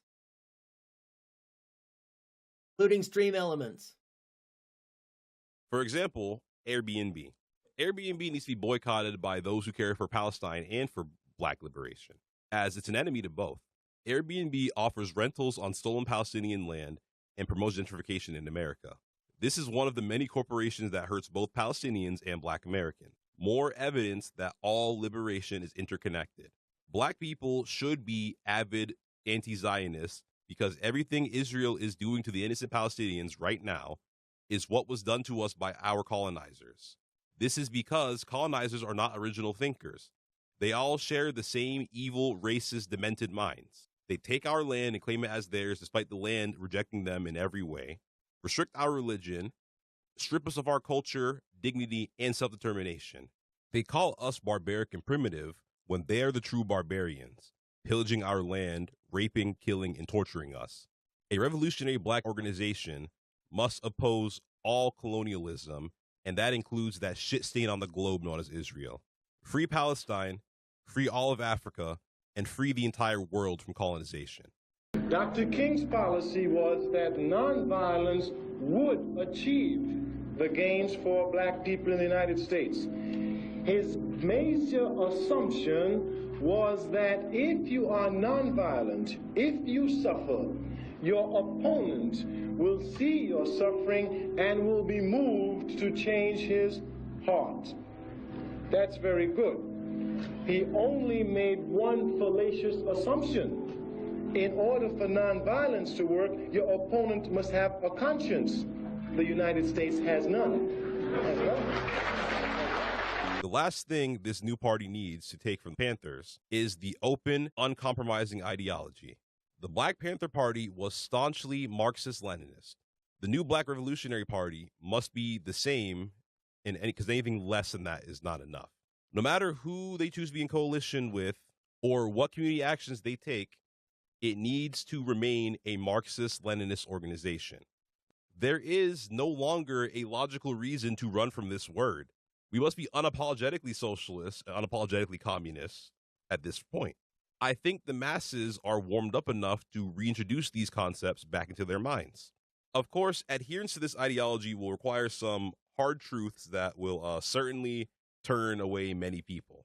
For starters, rejecting all types of Black capitalism, even the Black capitalism many of us like. We must free my people from the shackles of stan culture and celebrity worship and low brain cell, possibly CIA planted drama pages, and modern minstrels who promote black capitalist propaganda. We don't need to be soft on black billionaires. Fuck them! Conclusion. Let's end with a major truth. Despite how much effort I put into developing Yet another conclusion, but this is the final conclusion this time. This hypothetical organization, there's a very likely chance no one is making this organization happen anytime soon. I don't live in a black enough area to justify myself starting it either. But if any of you are black and happen to come across this video, feel free to take my idea and start it. But until then, let's figure out what the fuck we're supposed to do without it.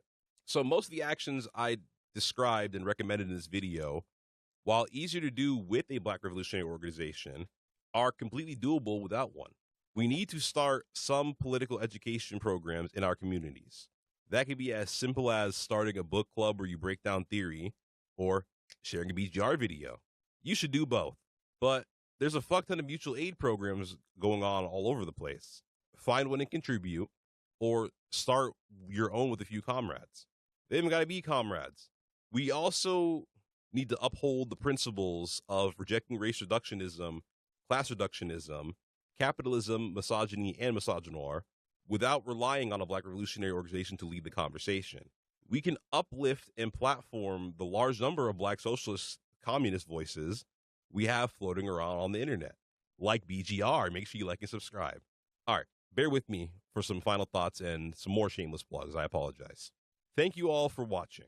I had to rewrite this entire script. I'm not even going to lie. The original script I started well before my Mamdani video, which was honestly before I found my voice.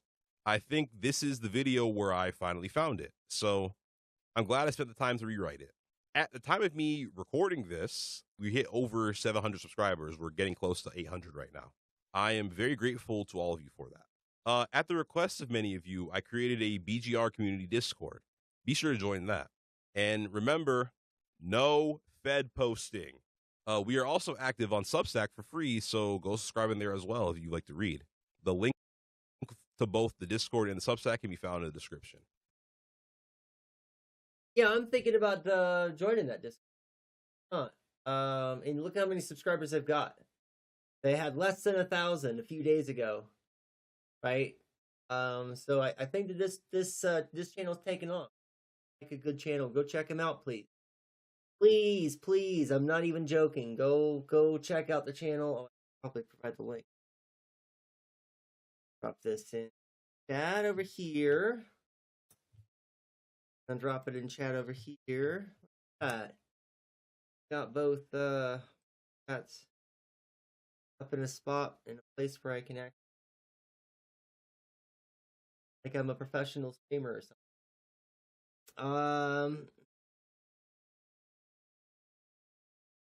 So yeah, that's why I was again prioritizing this. I really can't put off getting rid of stream elements anymore because the more that I use them, the more that I'm complicit in their involvement in a genocide, as they are directly involved in a genocide. Tagline is by the affected, so work groups build that way. Yeah, that's the idea, is that nobody who's not directly involved in the doing has any say in how the doing gets done. It's only the doers, or those who are affected, those who are it's about sovereignty. Sovereignty isn't about ruler over, or it's not supposed to be. Sovereignty is about the right to rule, the protection that it comes from being within the being included. There we go. It's from what comes from being included within the reign. That's what the sovereign is. What the word is about. It's about the effect of the rule, right? And the relationship of the ruling and those that relationship. Good. I was hoping to be a little bit more along the way with getting everything transferred over. It looks like many of the no, not many elements is still coming through, which is about to get overwhelming, because if all of the other timers are working, then that those should be coming through every 10 minutes, which means that they'll start doubling up. Though I'm not sure if I've set the timers correctly. I've never used Firebot. If anybody has any experience with using the Firebot, because it's done the Discord a few times now. Right, there's that one. I'm a little bit worried that that timer's going off every 10 minutes. I'm not remembering to pay attention to when they're going off. Oh, there's a way that I can look at the timestamps of all of the things that are posted. I think that I have to go look at that from mod view.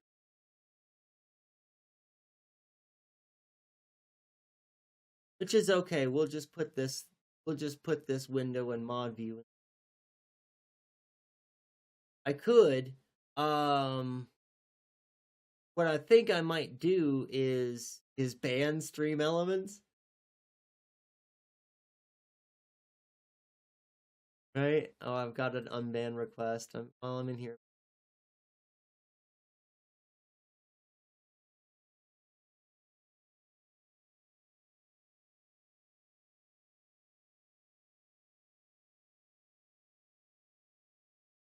Yeah, this is the person who was banned. They're banned in a bunch of other accounts already.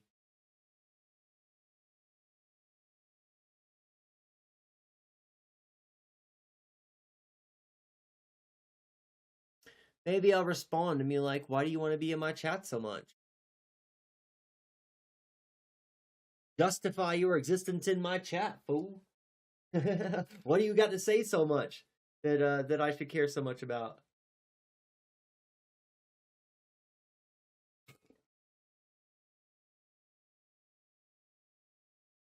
But we'll see. Okay, now that I'm here, I'm supposed to be looking at the time.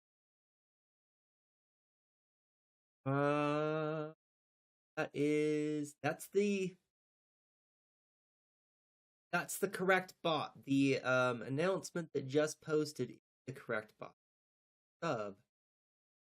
Hey.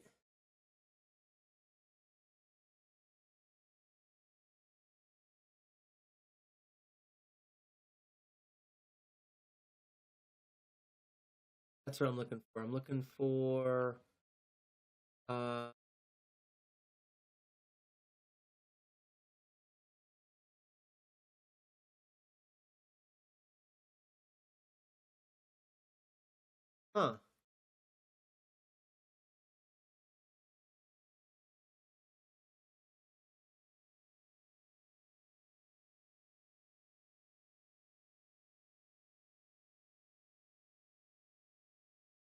The other announcements aren't showing up in the mod view.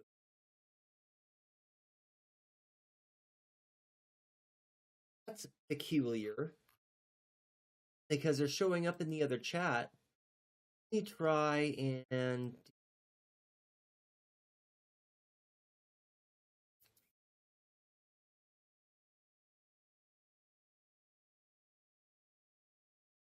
I do have to say that I really appreciate that you has the thing for pronoun. That's really cool. To figure out how to add mine.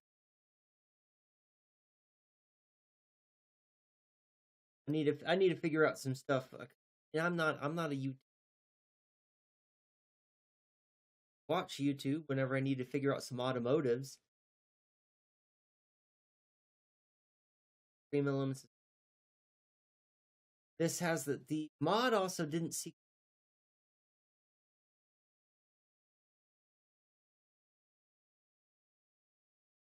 That doesn't make sense, does it? Yeah, oh no, there's coffee bot.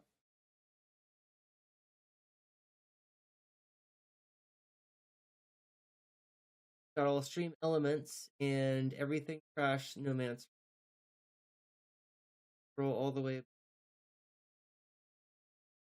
I said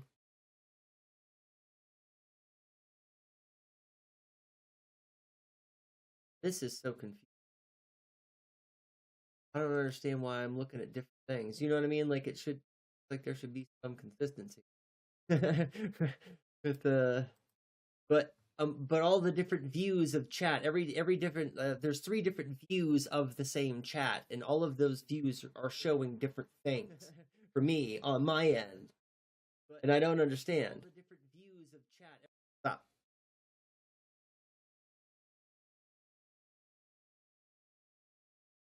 That's right.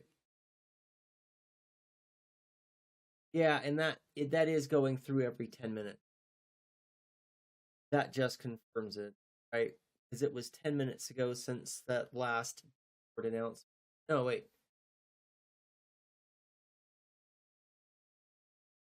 Yeah, there's the Discord.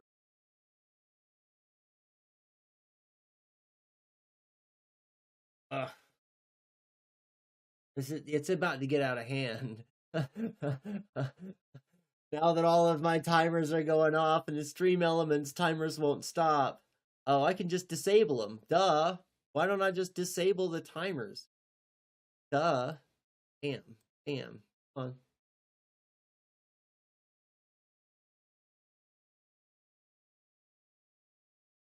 Timers disabled. Holy heck. Okay. So now, there should only be the one set of timers. See if those timers go through correctly.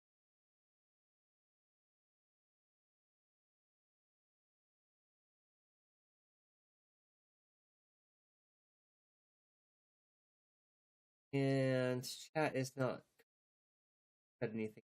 It's just my bombarding of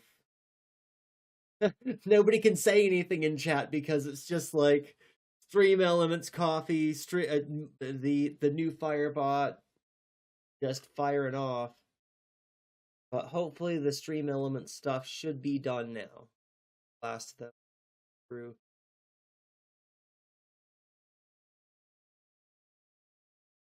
And I'll have to disable the commands. Actually, after I think I get the commands, I can just delete the account.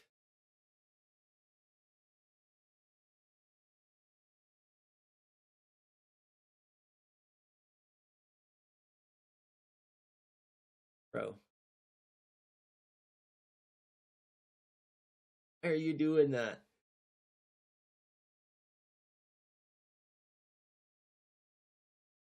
Oh.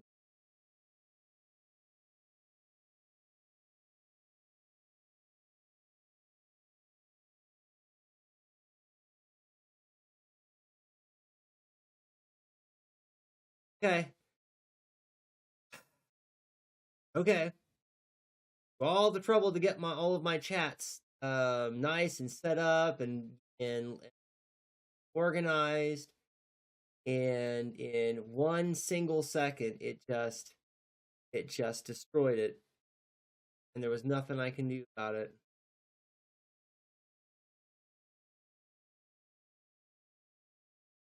All it takes, single second. Oh, that's a good AFI song. If anyone's familiar with the band AFI. Oh my god, this can't be happening. Oh, tell me this isn't real.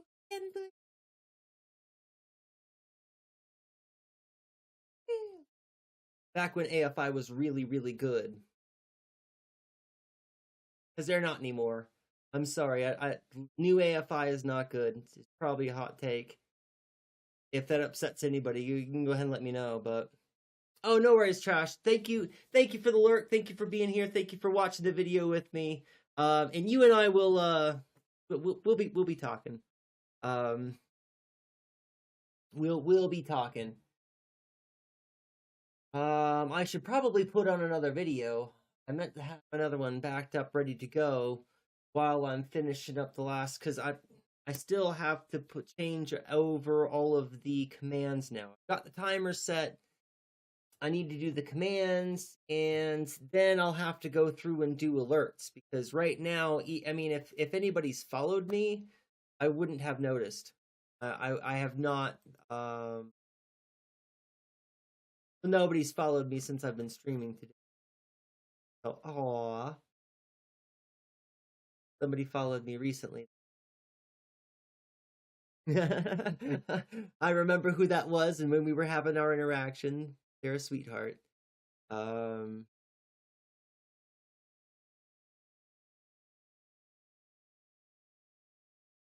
So let's figure out. Oh, hey, welcome in, Matt. It's good to see you. I hope you're doing well. I am in the process of getting rid of stream elements, which is why there's no chat here. I also don't have the counter. I'm going to figure out how to add a new counter with the bot that I've got. So today is not a usual stream. I'm doing some we just watched recently. You missed the Black Panther Party isn't coming back, but something better should is the title of the video by Black Green Red. It's a channel that I just found out about. I just started following, and this video was really good. It was an anti-racist look at revolutionary building, through the Black Panther, but also critically analyzing the mistakes of the Black Panther Party, the inherent misogyny, some of the internal conflicts, and their inability to resolve those conflicts. So this video does a and it does talk about COINTELPRO too, in the FBI's involvement in the assassination of Fred Hampton.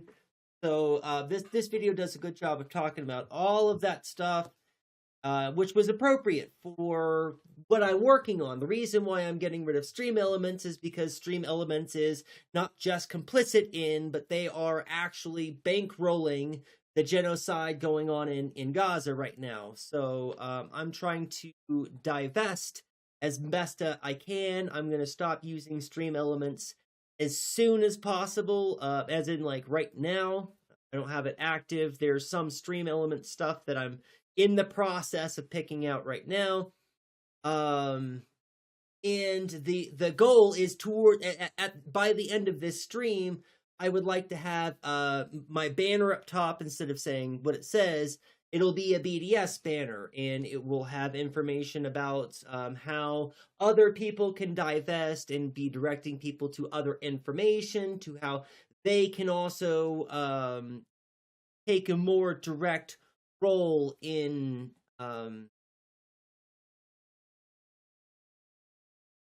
standing against the genocide in direct action. I was trying to find another more creative way to say that, but it's just direct action. That's what we're talking about. So the title is kind of correct. That it's kind of the teleology prefigurative planning. That's kind of what I'm doing, is I'm getting this space ready for the kinds of conversations that we need to have, and we need to get rid of Stream Elements to do that. So that's my long-winded rant. But I will also be putting on something else while I'm tooling around with all the technical stuff, so everybody else doesn't have to watch if I just do this.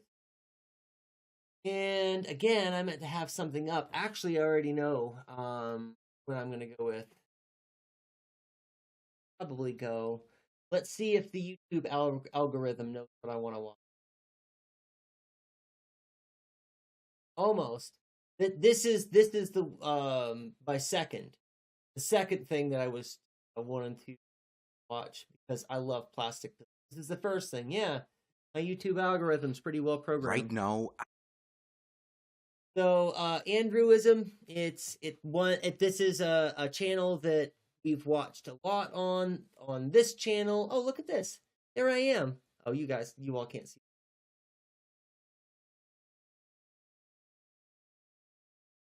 Oh, and also the other thing, Matt, is I'm streaming on YouTube.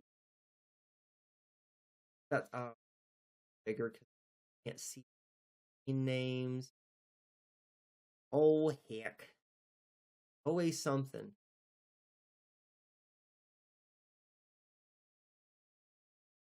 There we go. Yay! Yes, this is what I was trying to show off. This is me. I'm streaming on YouTube. I'm streaming right now on YouTube. So that's an exciting new change. Is the video quality better or worse over there, Jane?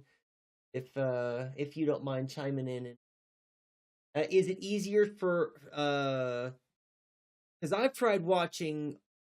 I've tried both platforms. When streamers are on both Twitch and YouTube, usually I have trouble getting YouTube to play with my slow connection.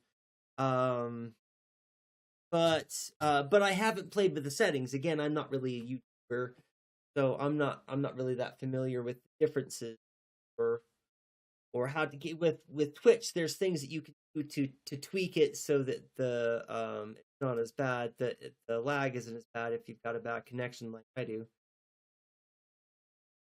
Anyway, I'll play with those that stuff later.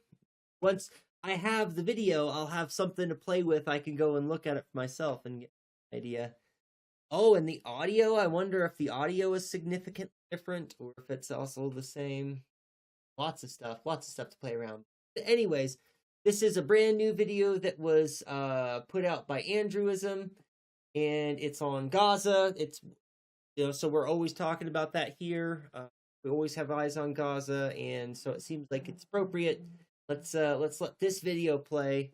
And again, as the disclaimer says at the top, feel free to chime in, ask me any questions, or talk amongst yourselves in chat. Just understand that I might not see your comment immediately if I'm in the middle of juggling stuff and I've got screens in front of my screens. Anyways, I love you all. I'm gonna play the video, and just let me know.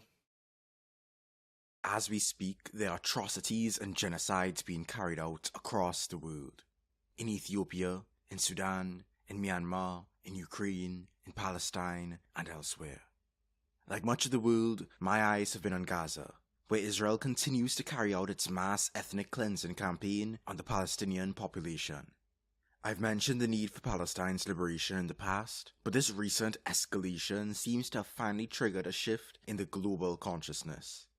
It is difficult to verify the numbers at this point in time, but certainly more than 83,000 people, mostly women and children, have been killed due to Israel's military violence, imposed mass starvation, and destruction of healthcare capacity in the Gaza Strip, all in broad daylight, live streamed for the whole world to see. There is no Superman to save them. Instead, their extermination continues to be supported by the globe's principal superpower. My eyes bleed at the sight of this injustice. Each of the crises unfolding across the world today is just as worthy of our attention. But I believe that the Gaza genocide in particular has exposed some of the myths of the system of capitalism, statism, and hierarchy for all to see. So that's what I want to talk about today. Earlier this year, I dropped a video ranking just some of the myths of the system, the ideas and beliefs which serve the status quo. Now I want to talk about 4 myths that are being challenged by those serious about resisting genocide and liberating all people.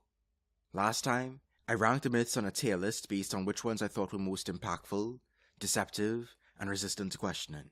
The S-tier myths, or less impactful, more commonly questioned, and easier to deconstruct. The D-tier myths. I'll be using the same criteria this time to add to the list I already put together. Before we begin, I want to be clear that I will not abide by any denialism of what is unfolding right now. I have no tolerance for Zionist sentiment, in my comment section or anywhere else. This video does not exist to provide historical context, outline the genocide case, or detail Israel's ongoing actions. If you're unaware and wish to learn more, you can check out these videos and channels. Without further ado, let's get into the myths. First, we have the myth of law. This is the belief that the law is just, impartial, and necessary to keep us safe. But the law doesn't keep us safe.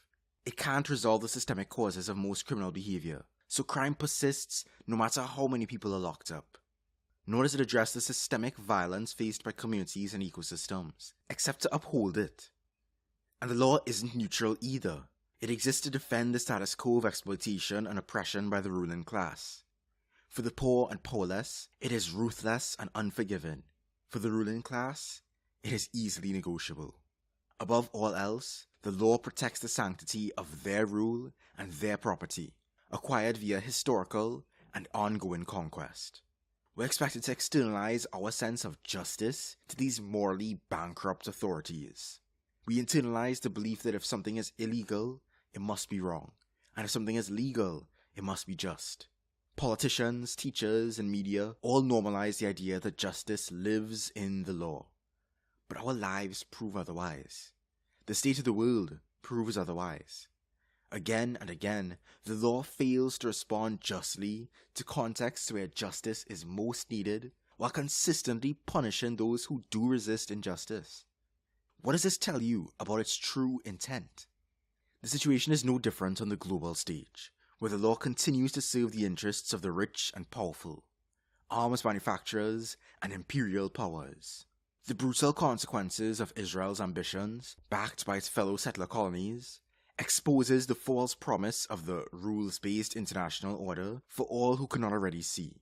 What good are human rights laws if they don't meaningfully apply to us all? Whatever high-minded intentions it may appear to have on paper, the law has failed to protect the people of Gaza, far more so than it already fails to protect the rest of us. Yes, the law has changed in the past. Through relentless struggle from below, people have managed to bring the law closer to justice in certain instances. But if anything, that should show us that we don't need the law to tell us what justice is. We don't need the permission of the ruling class to resist injustice by any means necessary.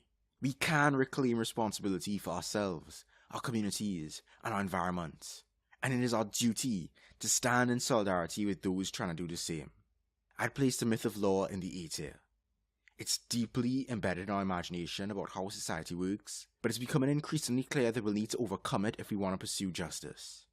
The myth of neutrality is the belief that there is virtue and correctness in being moderate. It is the assumption that the truth always lies somewhere in the middle. It is the idea that it is even possible to be neutral under the system. But in a world shaped by exploitation and oppression, claiming to simply seek middle ground is an exercise of profound moral cowardice. Though shades of grey exist, and the truth can be complicated, there are situations which require us to take a clear stand. Compromise simply cannot be found in every situation, and claiming that you don't take sides doesn't mean that you haven't already. To paraphrase South African anti-apartheid Bishop Desmond Tutu, in the struggle between oppressor and oppressed, neutrality is just complicity, especially when it comes to genocide. Mainstream media outlets have made their claimed commitment to truth a joke. Rather than speaking up for the unheard, they have deliberately chosen to use their platforms to favour the interests of the powerful, while downplaying or erasing the perspectives of those suffering most. The myth of neutrality is going in the C tier. I think its credibility is cracking under the weight of undeniable injustice, but there are still those who cling to the illusion of neutrality for the sake of institutional respectability, despite how obviously such neutrality favours the ruling class. Next, the myth of peace is the belief that this system is capable of advancing peace in the world. The idea that even as it suppresses domestic populations and wages endless wars abroad, it does so in the name of advancing peace, freedom, and democracy. But if peace is a state of harmony in the absence of hostility and violence, this system can never achieve it, because it relies on hostility and violence. It requires the expansion of the military-industrial complex, the forcible opening of new markets, the control of strategic regions, and the regimentation of nature and society. The brutality on full display in Gaza is just one particularly blatant example of how this whole system has built and expanded itself through mass murder and mass theft. The system has been very successful in whitewashing, downplaying, and decontextualizing the long history of violence necessary to establish capitalism and the state. Much of the dirty work necessary to enrich and empower the ruling class was done in the distant past, out of sight and out of mind. The historic mass theft of land and people laid the foundation for a system that no longer needs as much overt violence. After a certain point, systemic inertia takes the reins.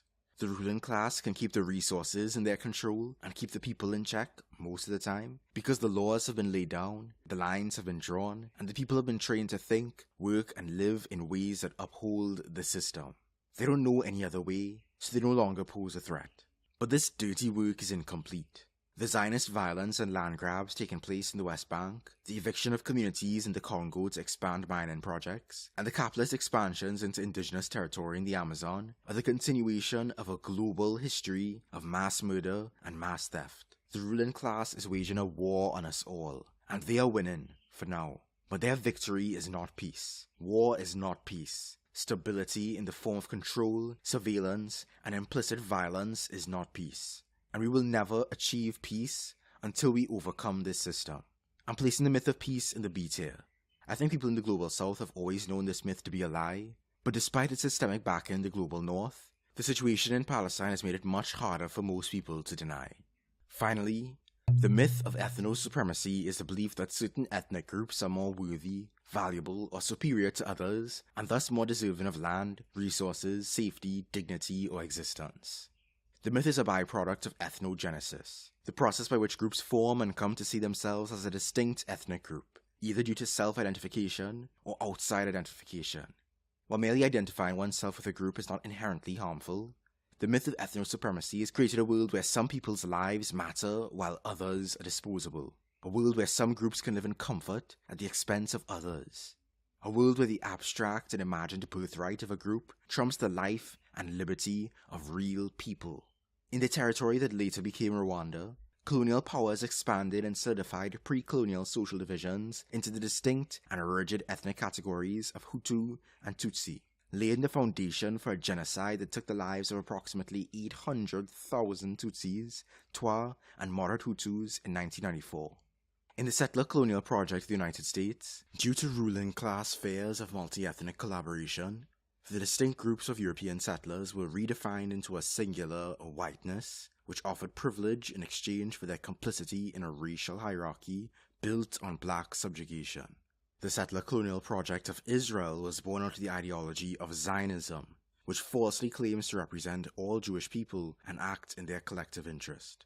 In reality, Zionism is a political movement built upon ethno-religious supremacy that is used to justify the dispossession and ethnic cleansing of Palestinians and an apartheid system that privileges Jewish Israelis over Palestinians. The myth of ethno-supremacy is an all-too-common byproduct of ethnogenesis that has been used to justify conquest, xenophobia, fascism, and genocide. So it's going in the S tier. It's difficult to uproot because it operates at the level of identity and is reinforced by education, religion, media, and the concept of citizenship itself. But until we recognize that there is no hierarchy of human value and that no group is more entitled to land, life, or freedom than another, certain groups will continue to be treated as existential threats to the imagined community called the nation. All of us spawned onto this planet at some point in the last 100 years. All of us have just as much right to enjoy it as anyone else. Borders be damned. People shouldn't have to suffer for the sake of these social constructs. So those are the 4 myths I wanted to highlight in the context of everything happening in the world in general and in Gaza in particular. I believe every myth we bust brings us closer to imagining something new. If you want to see me tackle other myths, check out the previous video and drop suggestions in the comments. Witnessing the devastation in Gaza and beyond is not... Welcome in, Ghost. Get that.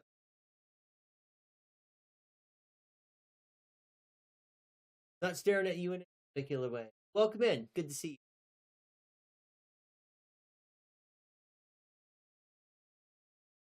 not easy, especially when it feels like there's nothing that we can do. Protest is clearly not enough. BDS puts pressure, but it's also not enough. Donating can help save lives, but it won't stop the genocide. The crackdowns continue, and yet the tactics have hardly evolved. We need a social revolution to overturn the status quo and establish a better world. That much is clear. It won't take place in one fell swoop. The odds are against us. The resources are not yet in our favor. Our labor power has been made harder to organize. The system has successfully seeded divisions, raised obstacles, and learned from every past uprising. So it may take many years and many pockets of autonomy to eventually break out of its shell. I don't think it's impossible, but it will be very difficult. I wish there was more that I could say, more that I could do, more that I could reach. I don't have many answers, but I want us to push our imaginations forward and shape the world accordingly. That's what this whole channel is about. Learning and exploring as much as possible. For practical ways to oppose and propose for the sake of social revolution, check out my other videos. I hope that you'll join me in reclaiming our future. Until next time, all power to all the people. Peace. Thanks for watching. Please like, comment, subscribe, and share with your fellow peoples. Oh, I forgot to mute it. Yes, please like and subscribe. If you're not already subscribed to Andrewism, please go give them some support because paste here.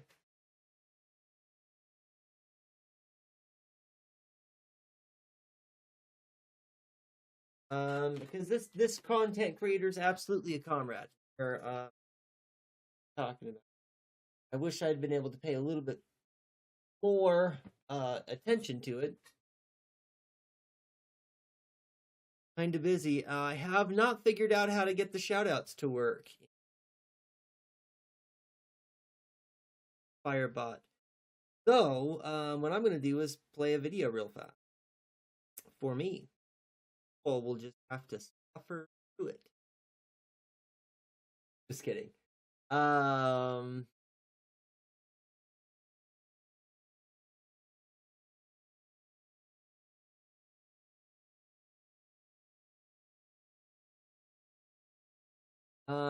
wonder how, I wonder if I can do timers on YouTube. Is that a thing? Is that even?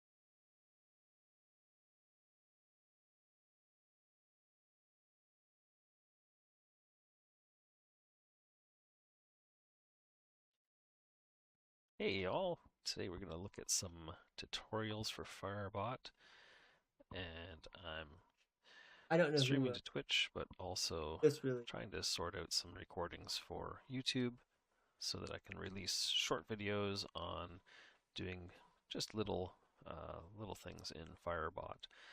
I've got Firebot up, I get to the point, and it's showing I'm recording with currently 0 viewers, and that's okay. Basically, I'm doing this more for my YouTube channel, and if you're tuning in on YouTube right now, hopefully you'll enjoy taking a look at this. So we've got Firebot. Where am I on the, I'm not a man, I'm a they them. Tool. Where am I on the political scale? It'll show you your users. And I currently have a couple users. Probably more left than anybody that you know. I'm not going to jump in on that right now. Is my guess. Trying to keep their. I have a tendency to be more left than most. Under here you have different triggers. You can set up commands. So let's take a look at some of the commands I have set up for my channel and break them down. And I will be taking a little bit of a pause between different commands, just so that. So let's take a look at what this looks like in Firebot.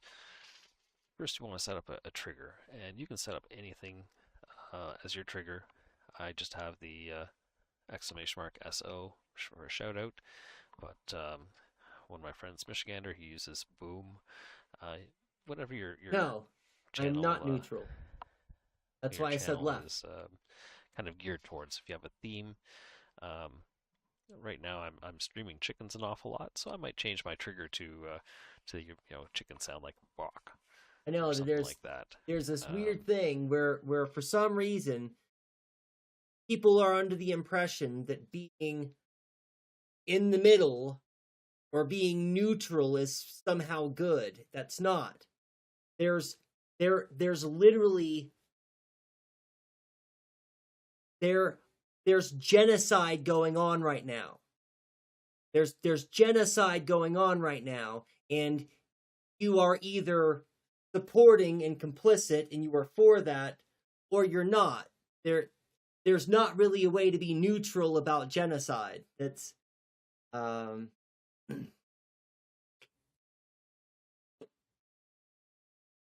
that'll work. Okay. I would appreciate long-haired thing a lot more than long-haired man. I'll take that. That's what do you want me to say? I'm a communist? I'm an anarchist? What ist do you want me to say? I don't understand the need for you to have a label for me. Like, what's your question really? What's your question really?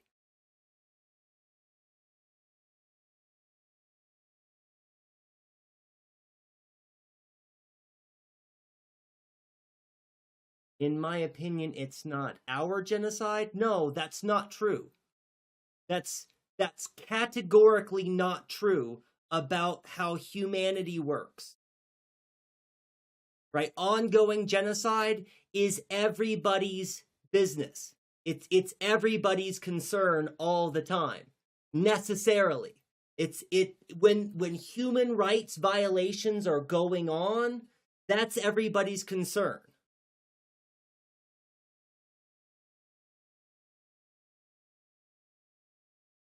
Yeah, well, I mean,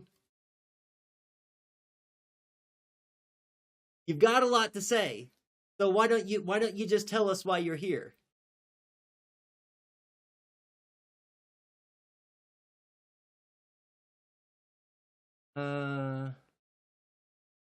Neutral thing was about orientation to relationships? What does that mean? I'm not asexual, if that was a question. Right, and no, that's wrong, Ghost. Currently, humanity is divided by race and flag. That is incorrect thinking. We should not be divided by those things because those things are arbitrary and for some reason are causing people to kill each other.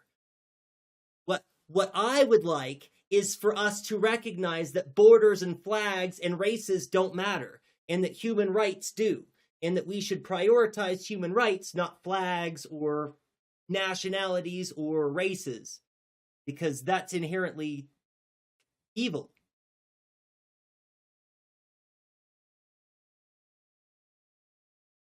Cool.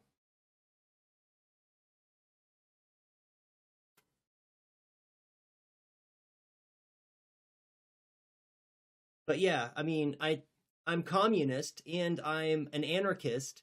Do you know what those words are? Not, but we are. I don't understand that question. We'll see.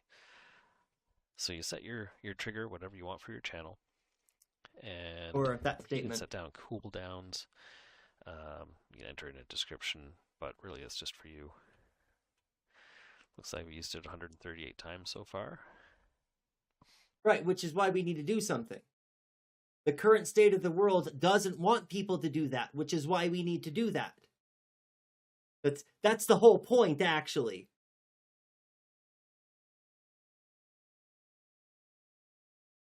Well, and I don't think that united under one banner is necessarily the right solution, actually. I think that people would like to be in different groups and like to organize themselves in different kinds of ways. And I don't think that there's anything inherently wrong with organizing ourselves or dividing ourselves up into groups, so long as those groups all recognize that we all have a right to exist. We all have a right to human rights.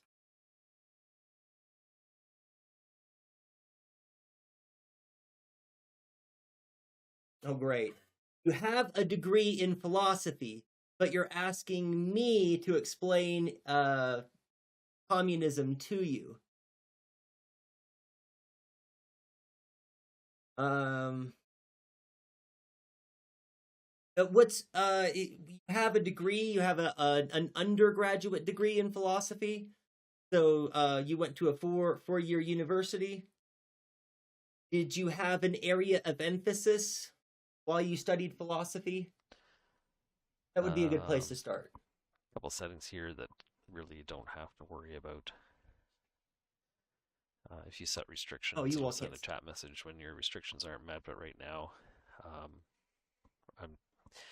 I guess it might send a message if one of my users tried to shout it out that isn't already a moderator or a streamer. First things first, Firebot has its own little shout out, which is pretty cute. I'll have to zoom in and philosophy is not political science. What? I said, did you have an area of emphasis? Did you have an area of emphasis for your philosophy degree? That's what I had asked, is if you had an area of emphasis.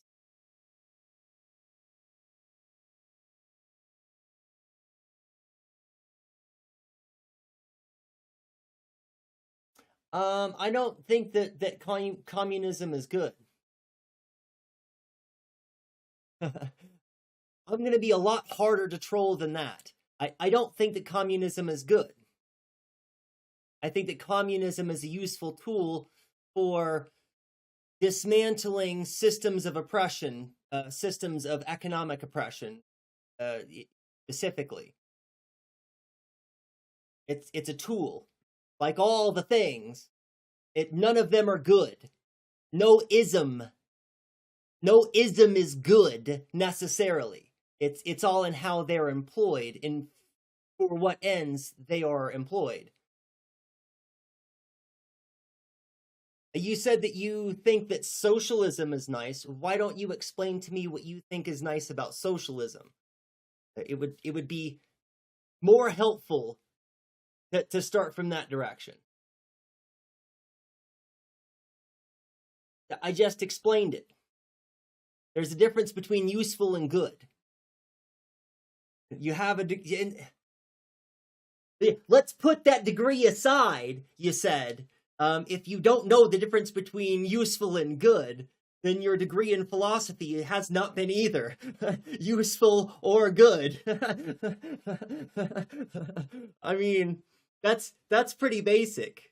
That's I mean, it's a serious mistake in axiological understanding about the world.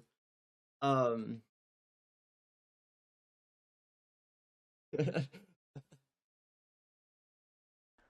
take a look at the effect of that. It will flip over a nice little graphic with your message when your restrictions aren't met, but right now, I guess it might send a message if one of my users tried to shout it out that isn't already a moderator or a streamer. First things first, Firebot has its own little shout out, which is pretty cute. Let's take a look at the effect of that. It will flip over a nice little graphic with your the person you're shouting out's picture, if they have one set up on Twitch, as well as their username, and then you can set up your own personal message. You really don't know anything about communism at all, do you? Or anarchism, because I told you I like both of those things, neither of which has a state. Period. Right, so that question kind of doesn't make sense, does it? That question's kind of a silly question. And maybe you're just young and you don't know. Maybe I should try to be a little bit less condescending. And assume. Let me just assume that this person with a philosophy degree that doesn't understand the difference between beneficial and good. Maybe we'll give them the benefit of the doubt. Oh, I didn't read your thing earlier, Trash. Sorry. You should find that bot that cross-post chats. Yes. Oh, yeah, you can't see. I'm sorry. You can't see any of the things, Trashnomancer. I'm sorry. How much baby should be blended? Not silly question, just silly chatters. Yeah. Oh, could I? I can, hold on. I can do a thing. Because, yes, I would like to live under anarchism. No, I would like to live in an anarchist society.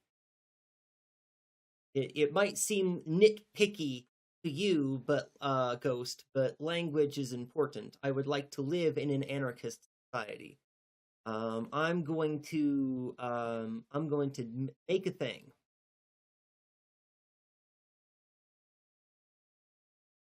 A capture, I think. Not display capture. Go capture.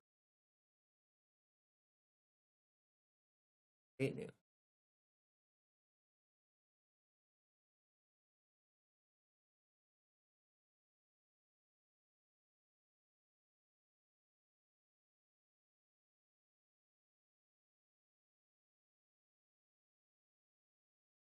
That's no. None of these are right. None of these are even close to right.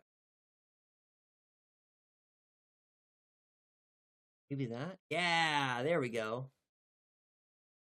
Now you should be able to see it. There you go, Trash. That's the conversation that's ongoing. There we go. All this. Okay. You lived under an anarchist society. How would you feel safe if there were no police, fire department, etc. to help you? Except that the question, your question, makes a whole bunch of erroneous assumptions about the kind of society that I think is anarchist.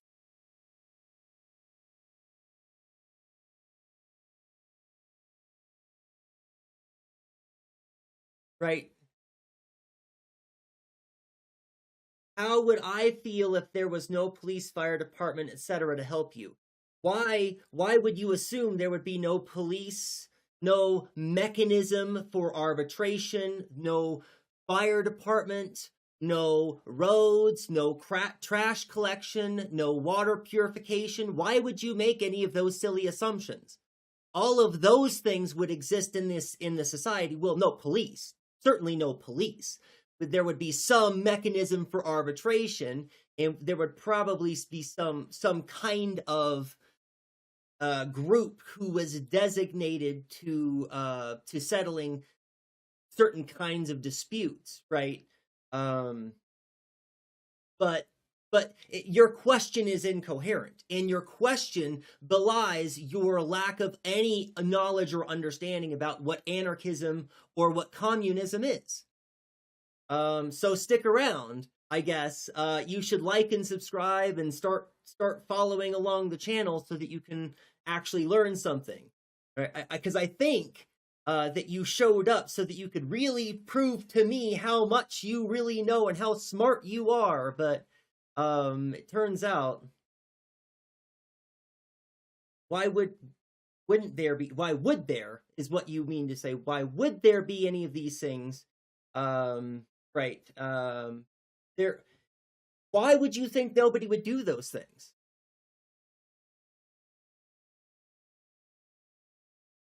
No, that's not true. Oh, good. You already automatically deleted it yourself. Yeah, people care. That's exactly right, Trash. I should put that up here. Let me I won't be.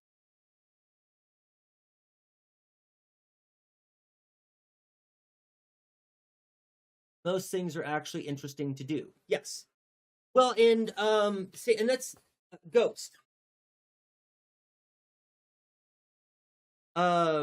You showed up to my chat, right? So don't tell me I don't have anything to prove to a stranger. You showed up to my chat in like this is all you, homie.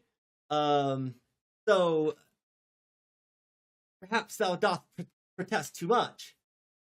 Let's look at modern society. That doesn't have anything to do with what we're talking about.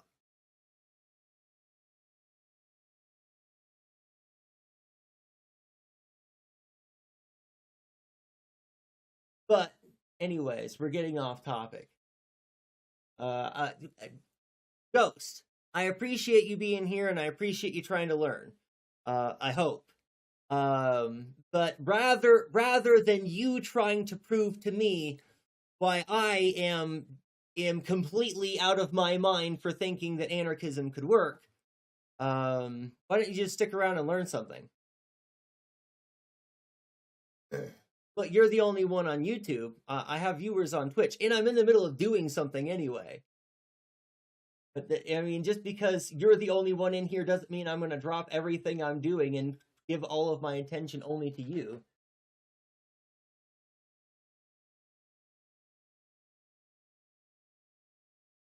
This person would get around to doing the actual thing. This is... There you go.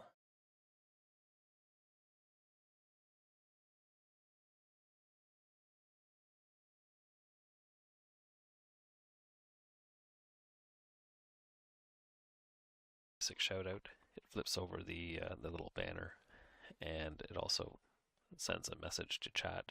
Says target is in the igloo, because I have a theme Mike's Igloo, and you can check him out at, and then the link to their page. Target. Okay, that's what I needed. Okay, good. Finally got it. Hey, what's up, Aku?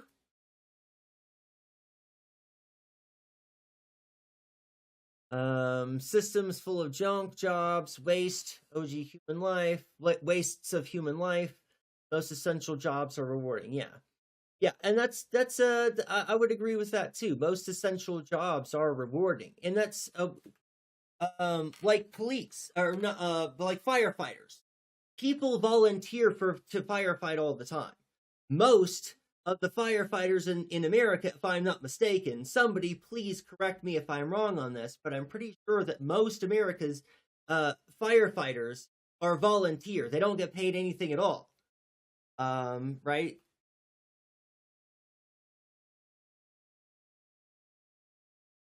In an anarchist society, people won't maintain those because they won't care to. Why would they not care about their own society? People live in a society and care about the society in which they live. It's a silly assumption that you have, Ghost, that people don't care about the society in which they live. That people, if given the opportunity, would just let everything burn down around them. Most people would actually step up and do something about the and that's the thing. If we tomorrow, if we had no government, if everybody in our elected government just woke up tomorrow dead, it just magically every elected official was just all of a sudden dead, it wouldn't fucking matter. We would still go about society. We would still figure out how to feed ourselves and how to purify our water and how to put out fires when they start. Because people do that. And it's a silly thing to believe otherwise. Right?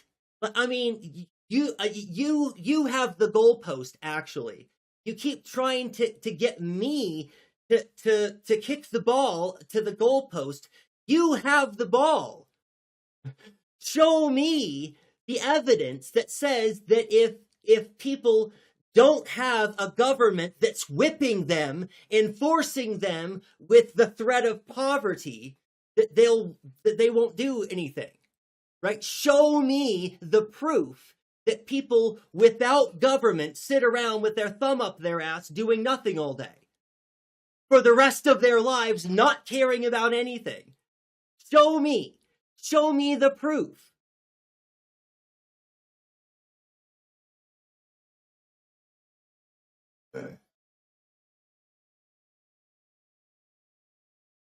Right? Like, right?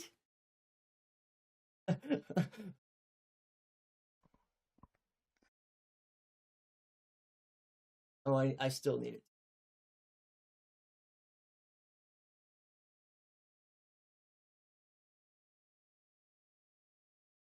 So it's still the same kind of thing in the bot.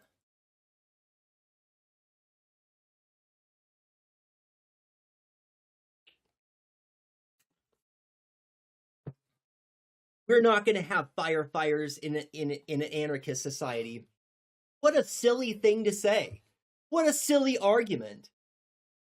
Like, what? It's really funny. How are people gonna buy things without money? We should have gone the communist route and talked about a stateless, classless, moneyless society. How are people gonna pay their rent if they don't have money? Right? Ask me another silly question. That doesn't matter. It doesn't matter that human nature isn't always altruistic. Humans have figured out how to cooperate. That's it. Try again. We have proven cooperation. Here is society existing. We have proven that we can cooperate. No, what you're thinking about is the free rider problem. But the free rider problem is also not a problem. In a society where all people's basic needs are met, that some people might want to sit around and do nothing for some of their time is not at all a problem. It is not actually at all a problem. Because for most of human history, hundreds of thousands of years, most of human history, most of the human population hasn't worked more than a handful of hours a week for their entire lives. This hyper-productivity thing that we've started doing the last few hundred years, that's the mistake. That's the oddball, strange, weird thing that people feel like they need to work 40 to 60 hours a week. That's insane.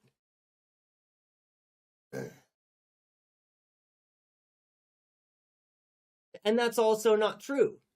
There are and have been plenty of societies which have existed for, again, hundreds of thousands of years without formal governments. So try again, Ghost. Maybe you learn some history. We'll just deny that. I don't think that money is necessarily an emergent property, but also I don't believe that money is necessarily inherently a problem. That's one of the ways in which I differ from most other communists, say. It's the relationship that's the problem. And people's basic needs being behind paywalls. Money isn't inherently evil, and I don't have anything actually against money itself per se. What I have a problem with is a system in which people's basic needs are behind paywall. And I don't know why you would believe that nobody would cooperate. Like, right, so let's think about this. When you were a little kid and you went to play on the playground with other little kids, there was no government. There was no authority which maintained the rules of how you and your friends went about playing tag, right? Like, everything that you have said about anarchism and communism, Ghost, all of your critiques have just been so just unbelievably silly. Be better. Be better. This is not good. I'm not fighting people online. This is, like you, Aku, this is somebody who came into my chat and started asking me questions. I'm just sitting here. I'm just minding my own business. I'm trying to fix I'm trying to get rid of stream elements because it contributes to the ongoing genocide going on in Palestine, which I oppose because I believe human rights matter.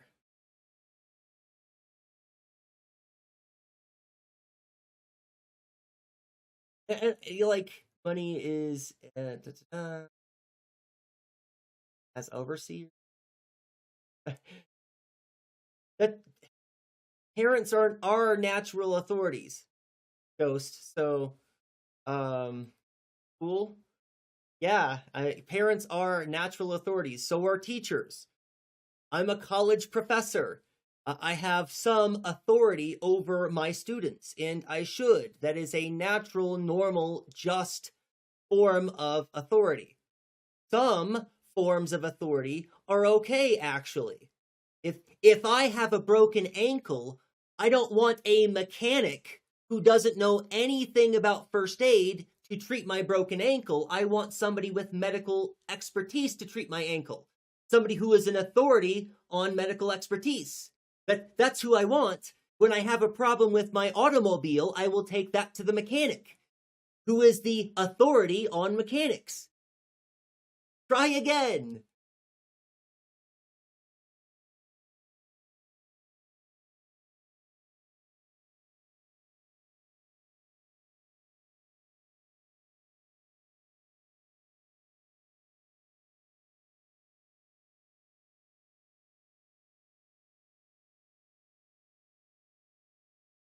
Welcome back, Matt. Good to see you. I've been trying to get this command to work. I might have been successful. We're about to find out. Need one more thing.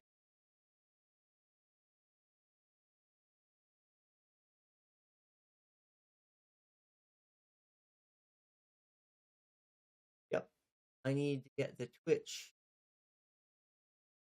Hey, that's what I need is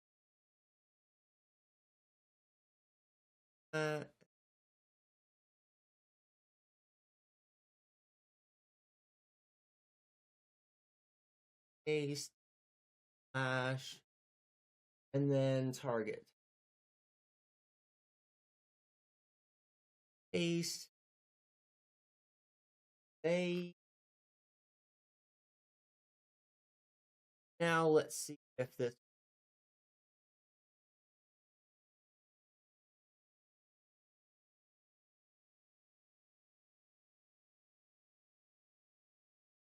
Oh, yeah, a lot of my commands are still not working at all yet.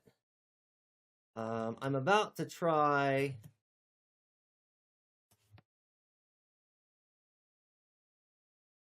Hey, is a comrade, and you should go follow them at, and that is the correct way, right?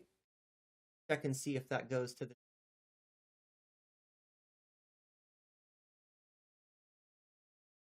Hey, it did. It went to the right. Yeah, I got the command to work.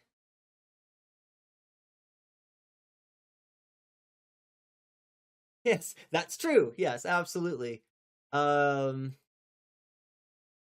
had to go look up a video. I watched a video. Well, I shouldn't say much about it because you can also it was helpful. Who's making? I'll just say that. So the video was helpful. It got me the information that I needed.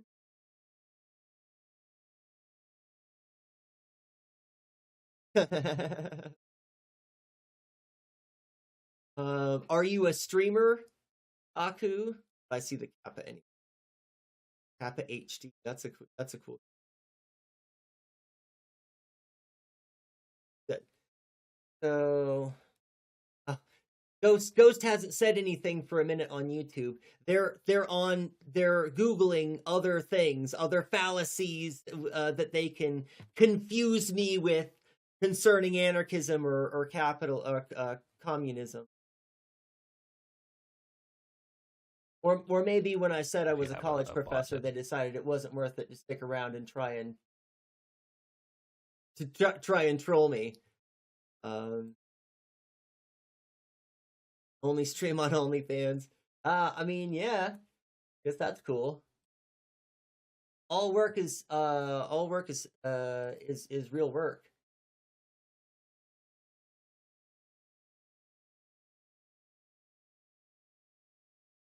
Yeah, that's what I'm trying to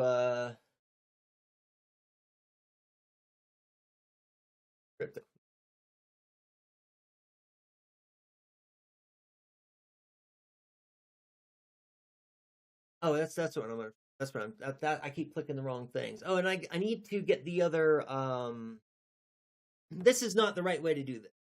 Right now I'm just screen capturing it and I'll have to reset it every single time I stream.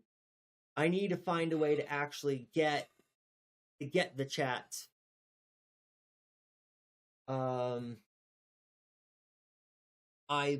sure that boo. I'm sure that I could once I get well, Firebot has chat in it, and I'm sure that I can link that to here into the OBS. PasadaBot does? I thought that PasadaBot was only for modding. Does it have other because I've got PasadaBot. I don't know how to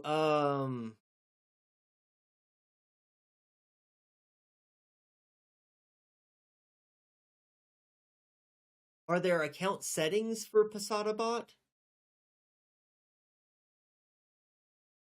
Oh, okay. Yeah. No, I've already got PasadaBot set up that does both. You're talking about are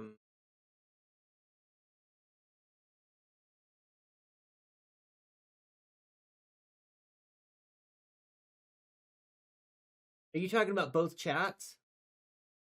Because that's what I need. I need a way to have both chats go into the same thing.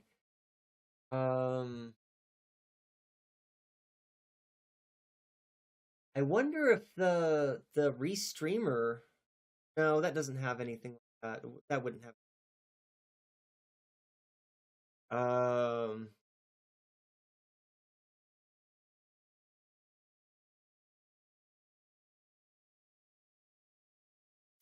Yeah, he does. Yeah, I might take you up on that if you can ask Noisy, that would be awesome.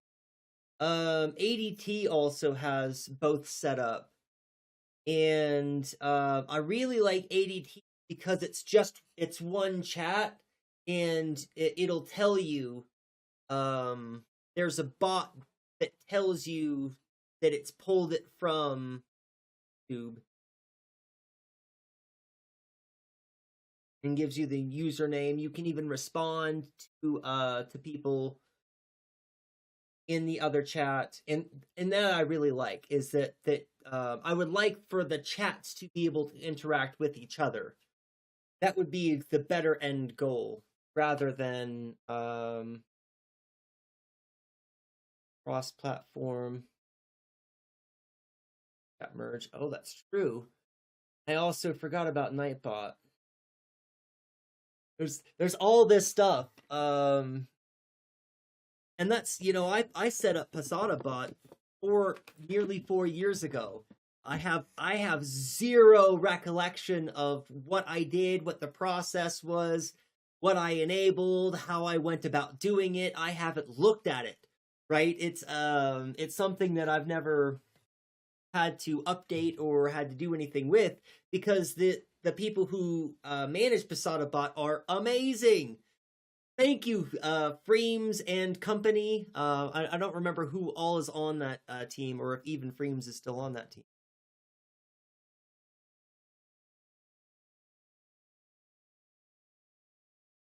I think K Variable also offers a hand that. Oh.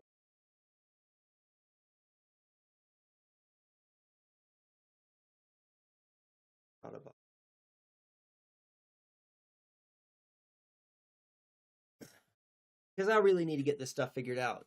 Right.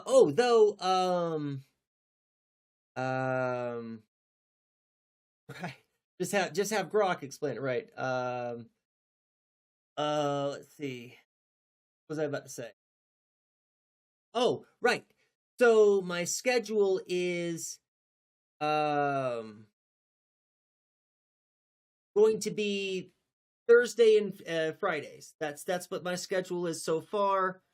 And 1 to 4, 1 to 5, 1 to 5, excuse me. That's Mountain Standard Time. I guess that's 11 to... No, it's the other way.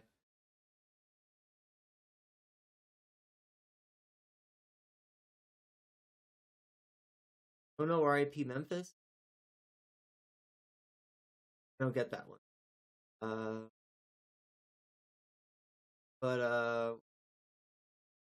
Oh, right. Friday. This Friday, I probably won't be streaming my regular stream, even though I've just changed my schedule now to Thursdays and Fridays. But I'm not sure. There is supposed to be a protest at a planned ICE detention center nearby me. So I might be streaming a protest at the protest on Friday from the protest. I'll be streaming it from my phone. Obviously, I won't have a whole lot of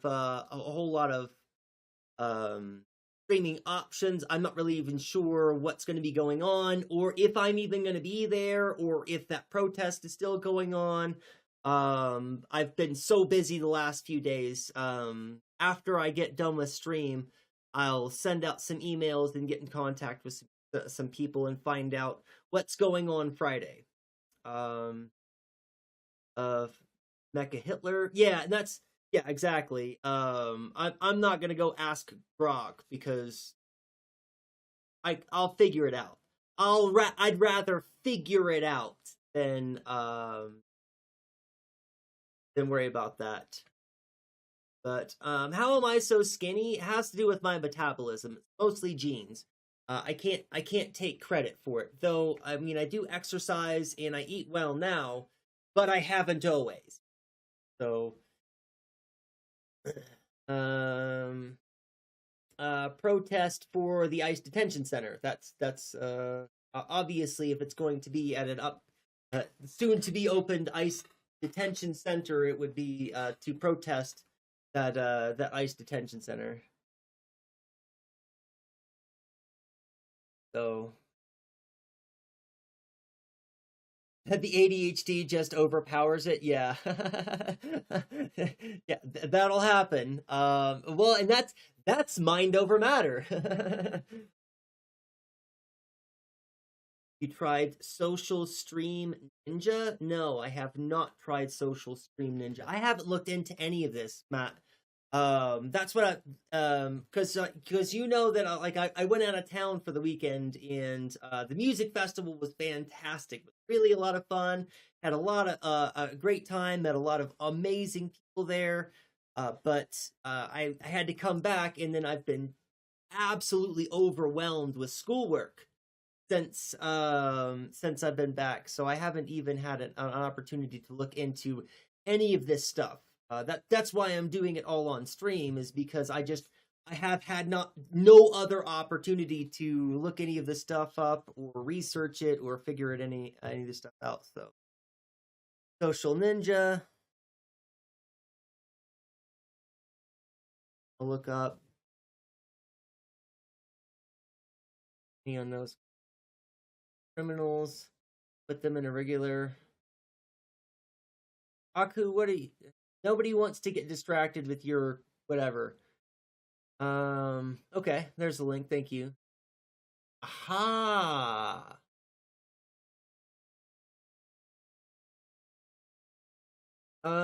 Open source, but hopefully it's not open source as in I have to do my own coding. I can do a little bit. I can figure out some JavaScript and some other kinds of languages, but I mean, HTML I've got, but, you know, HTML is dated.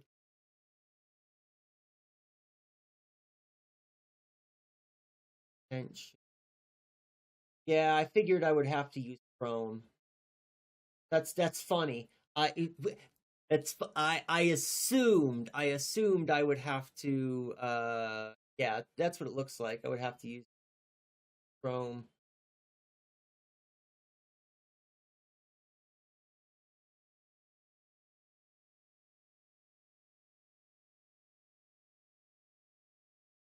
Right now.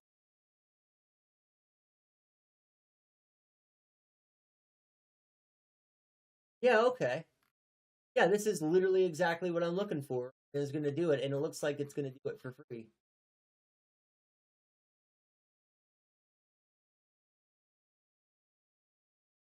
Wow, that's quite nice. Oh, I didn't realize there was a thing in front of my face. That's all right. Yeah, looks like Ghost got tired of me besting them in 2 seconds every time they type something in YouTube chat. So hopefully somebody will come back to you. We'll have something else interesting to talk about there. Gives logo chat, looks plug and play. Yeah, I read that. That's absolutely what I'm going to do. That over their window thing. We're gonna good. Yeah, everything is coming along. Except that it's been a while since a timer's gone off, hasn't it? The last announcement was, and it's certainly not doing all the announcements.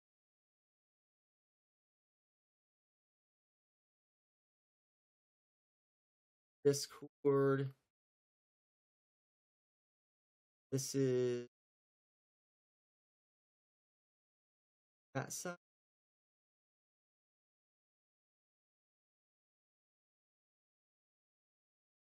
Go back to time.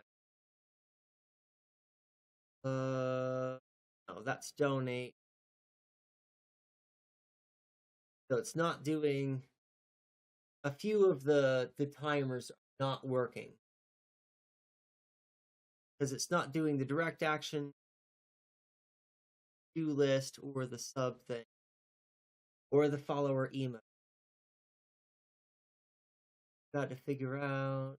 Back down.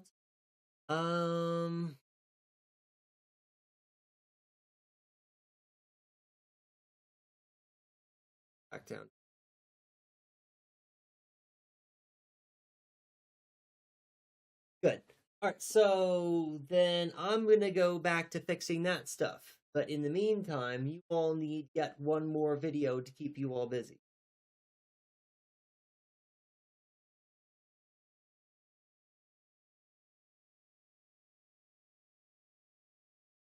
Or I also I don't know, might not be about a bad idea to end early day because I do still have so much more.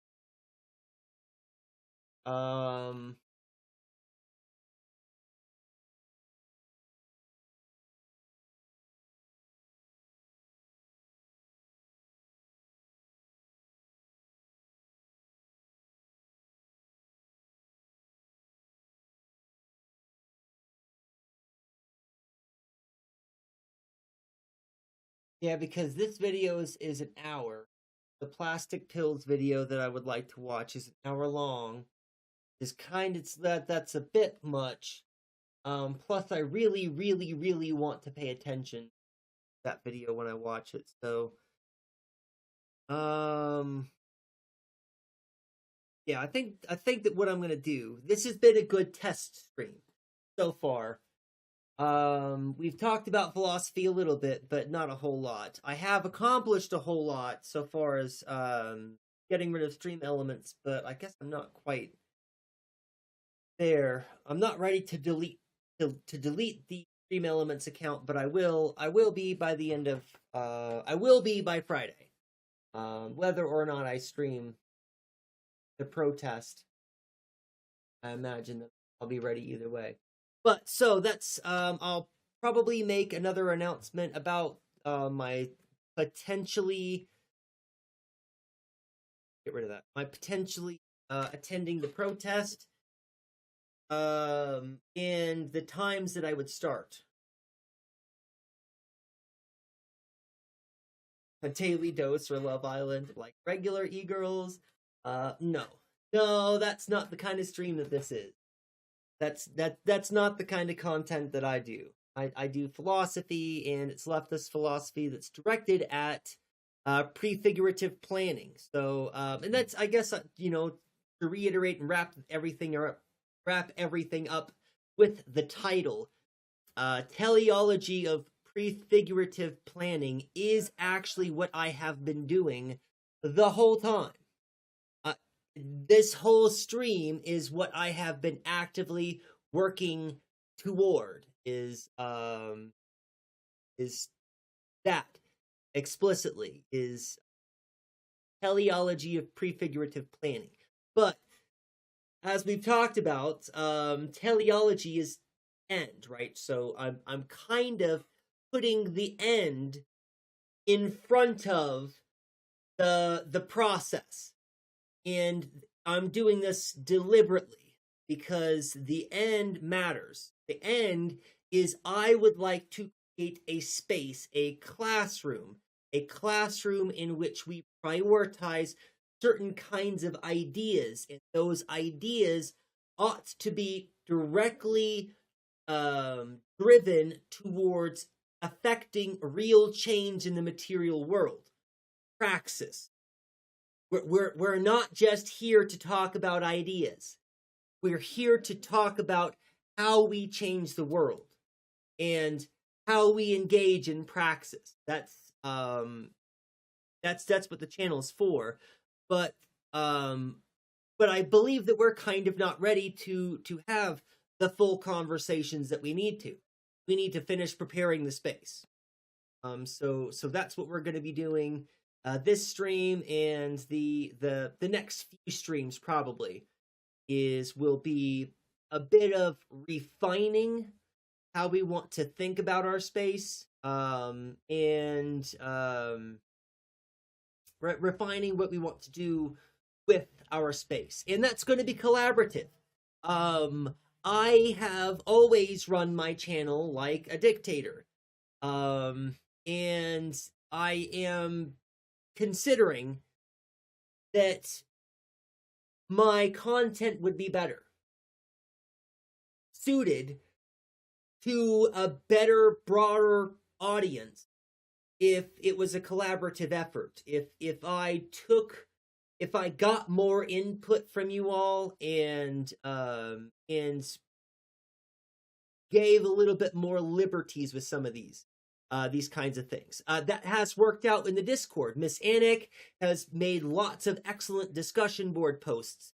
Please, everybody else, go to the Discord and engage in those conversations. There are amazing ideas that Miss Anik has posted there and have started some really great conversations. Please go and push those conversations forward. It's going to be a week or two before I can get around to it. I'm so sorry, Miss Anik. I'm not neglecting you. And I will get stuff posted. Somebody asked for me to post some of my work in the Discord too. I have them. I will be posting those in the Discord sometime soon too. I'm almost there. I'm almost not overwhelmed with everything that I've got going on. So, but I'm not quite there yet. So anyway, without dragging this out too much longer, let's find a raid target. Make it kind of a short stream. It was a good test day. I think I feel pretty good about how things work. I'm certainly going to have to do some rearranging, some adjusting. I need to be able to see both chats, or like a consolidated chat. But now that I know how YouTube works, now that I've got the thing on YouTube, now that I've started the Restreamer, I think that I feel much more confident about where we're going. Hey, look at that. There's somebody I want to raid into. Right there. Let's go right into a difficult tree. I was just talking about them a minute ago.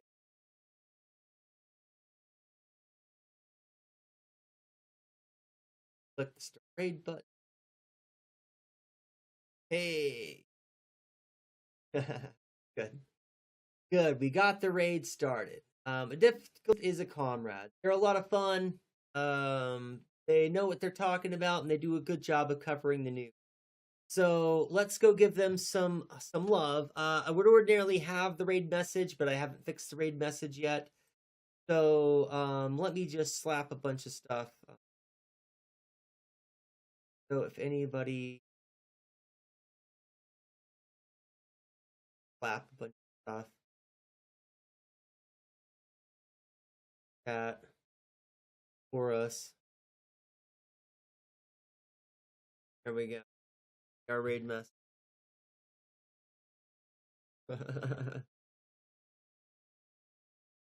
All right. Thank you so much, everybody, for being here. Thank you for all of your contributions. That's also a fantastic raid message, Matt. I appreciate that. So I appreciate all good faith contributions today. Everybody who was here to learn some stuff. I'm sorry that I didn't do more philosophical things. Next time, once we get stream worked out, then I'll go back to having philosophical conversations. Until the next time, be excellent.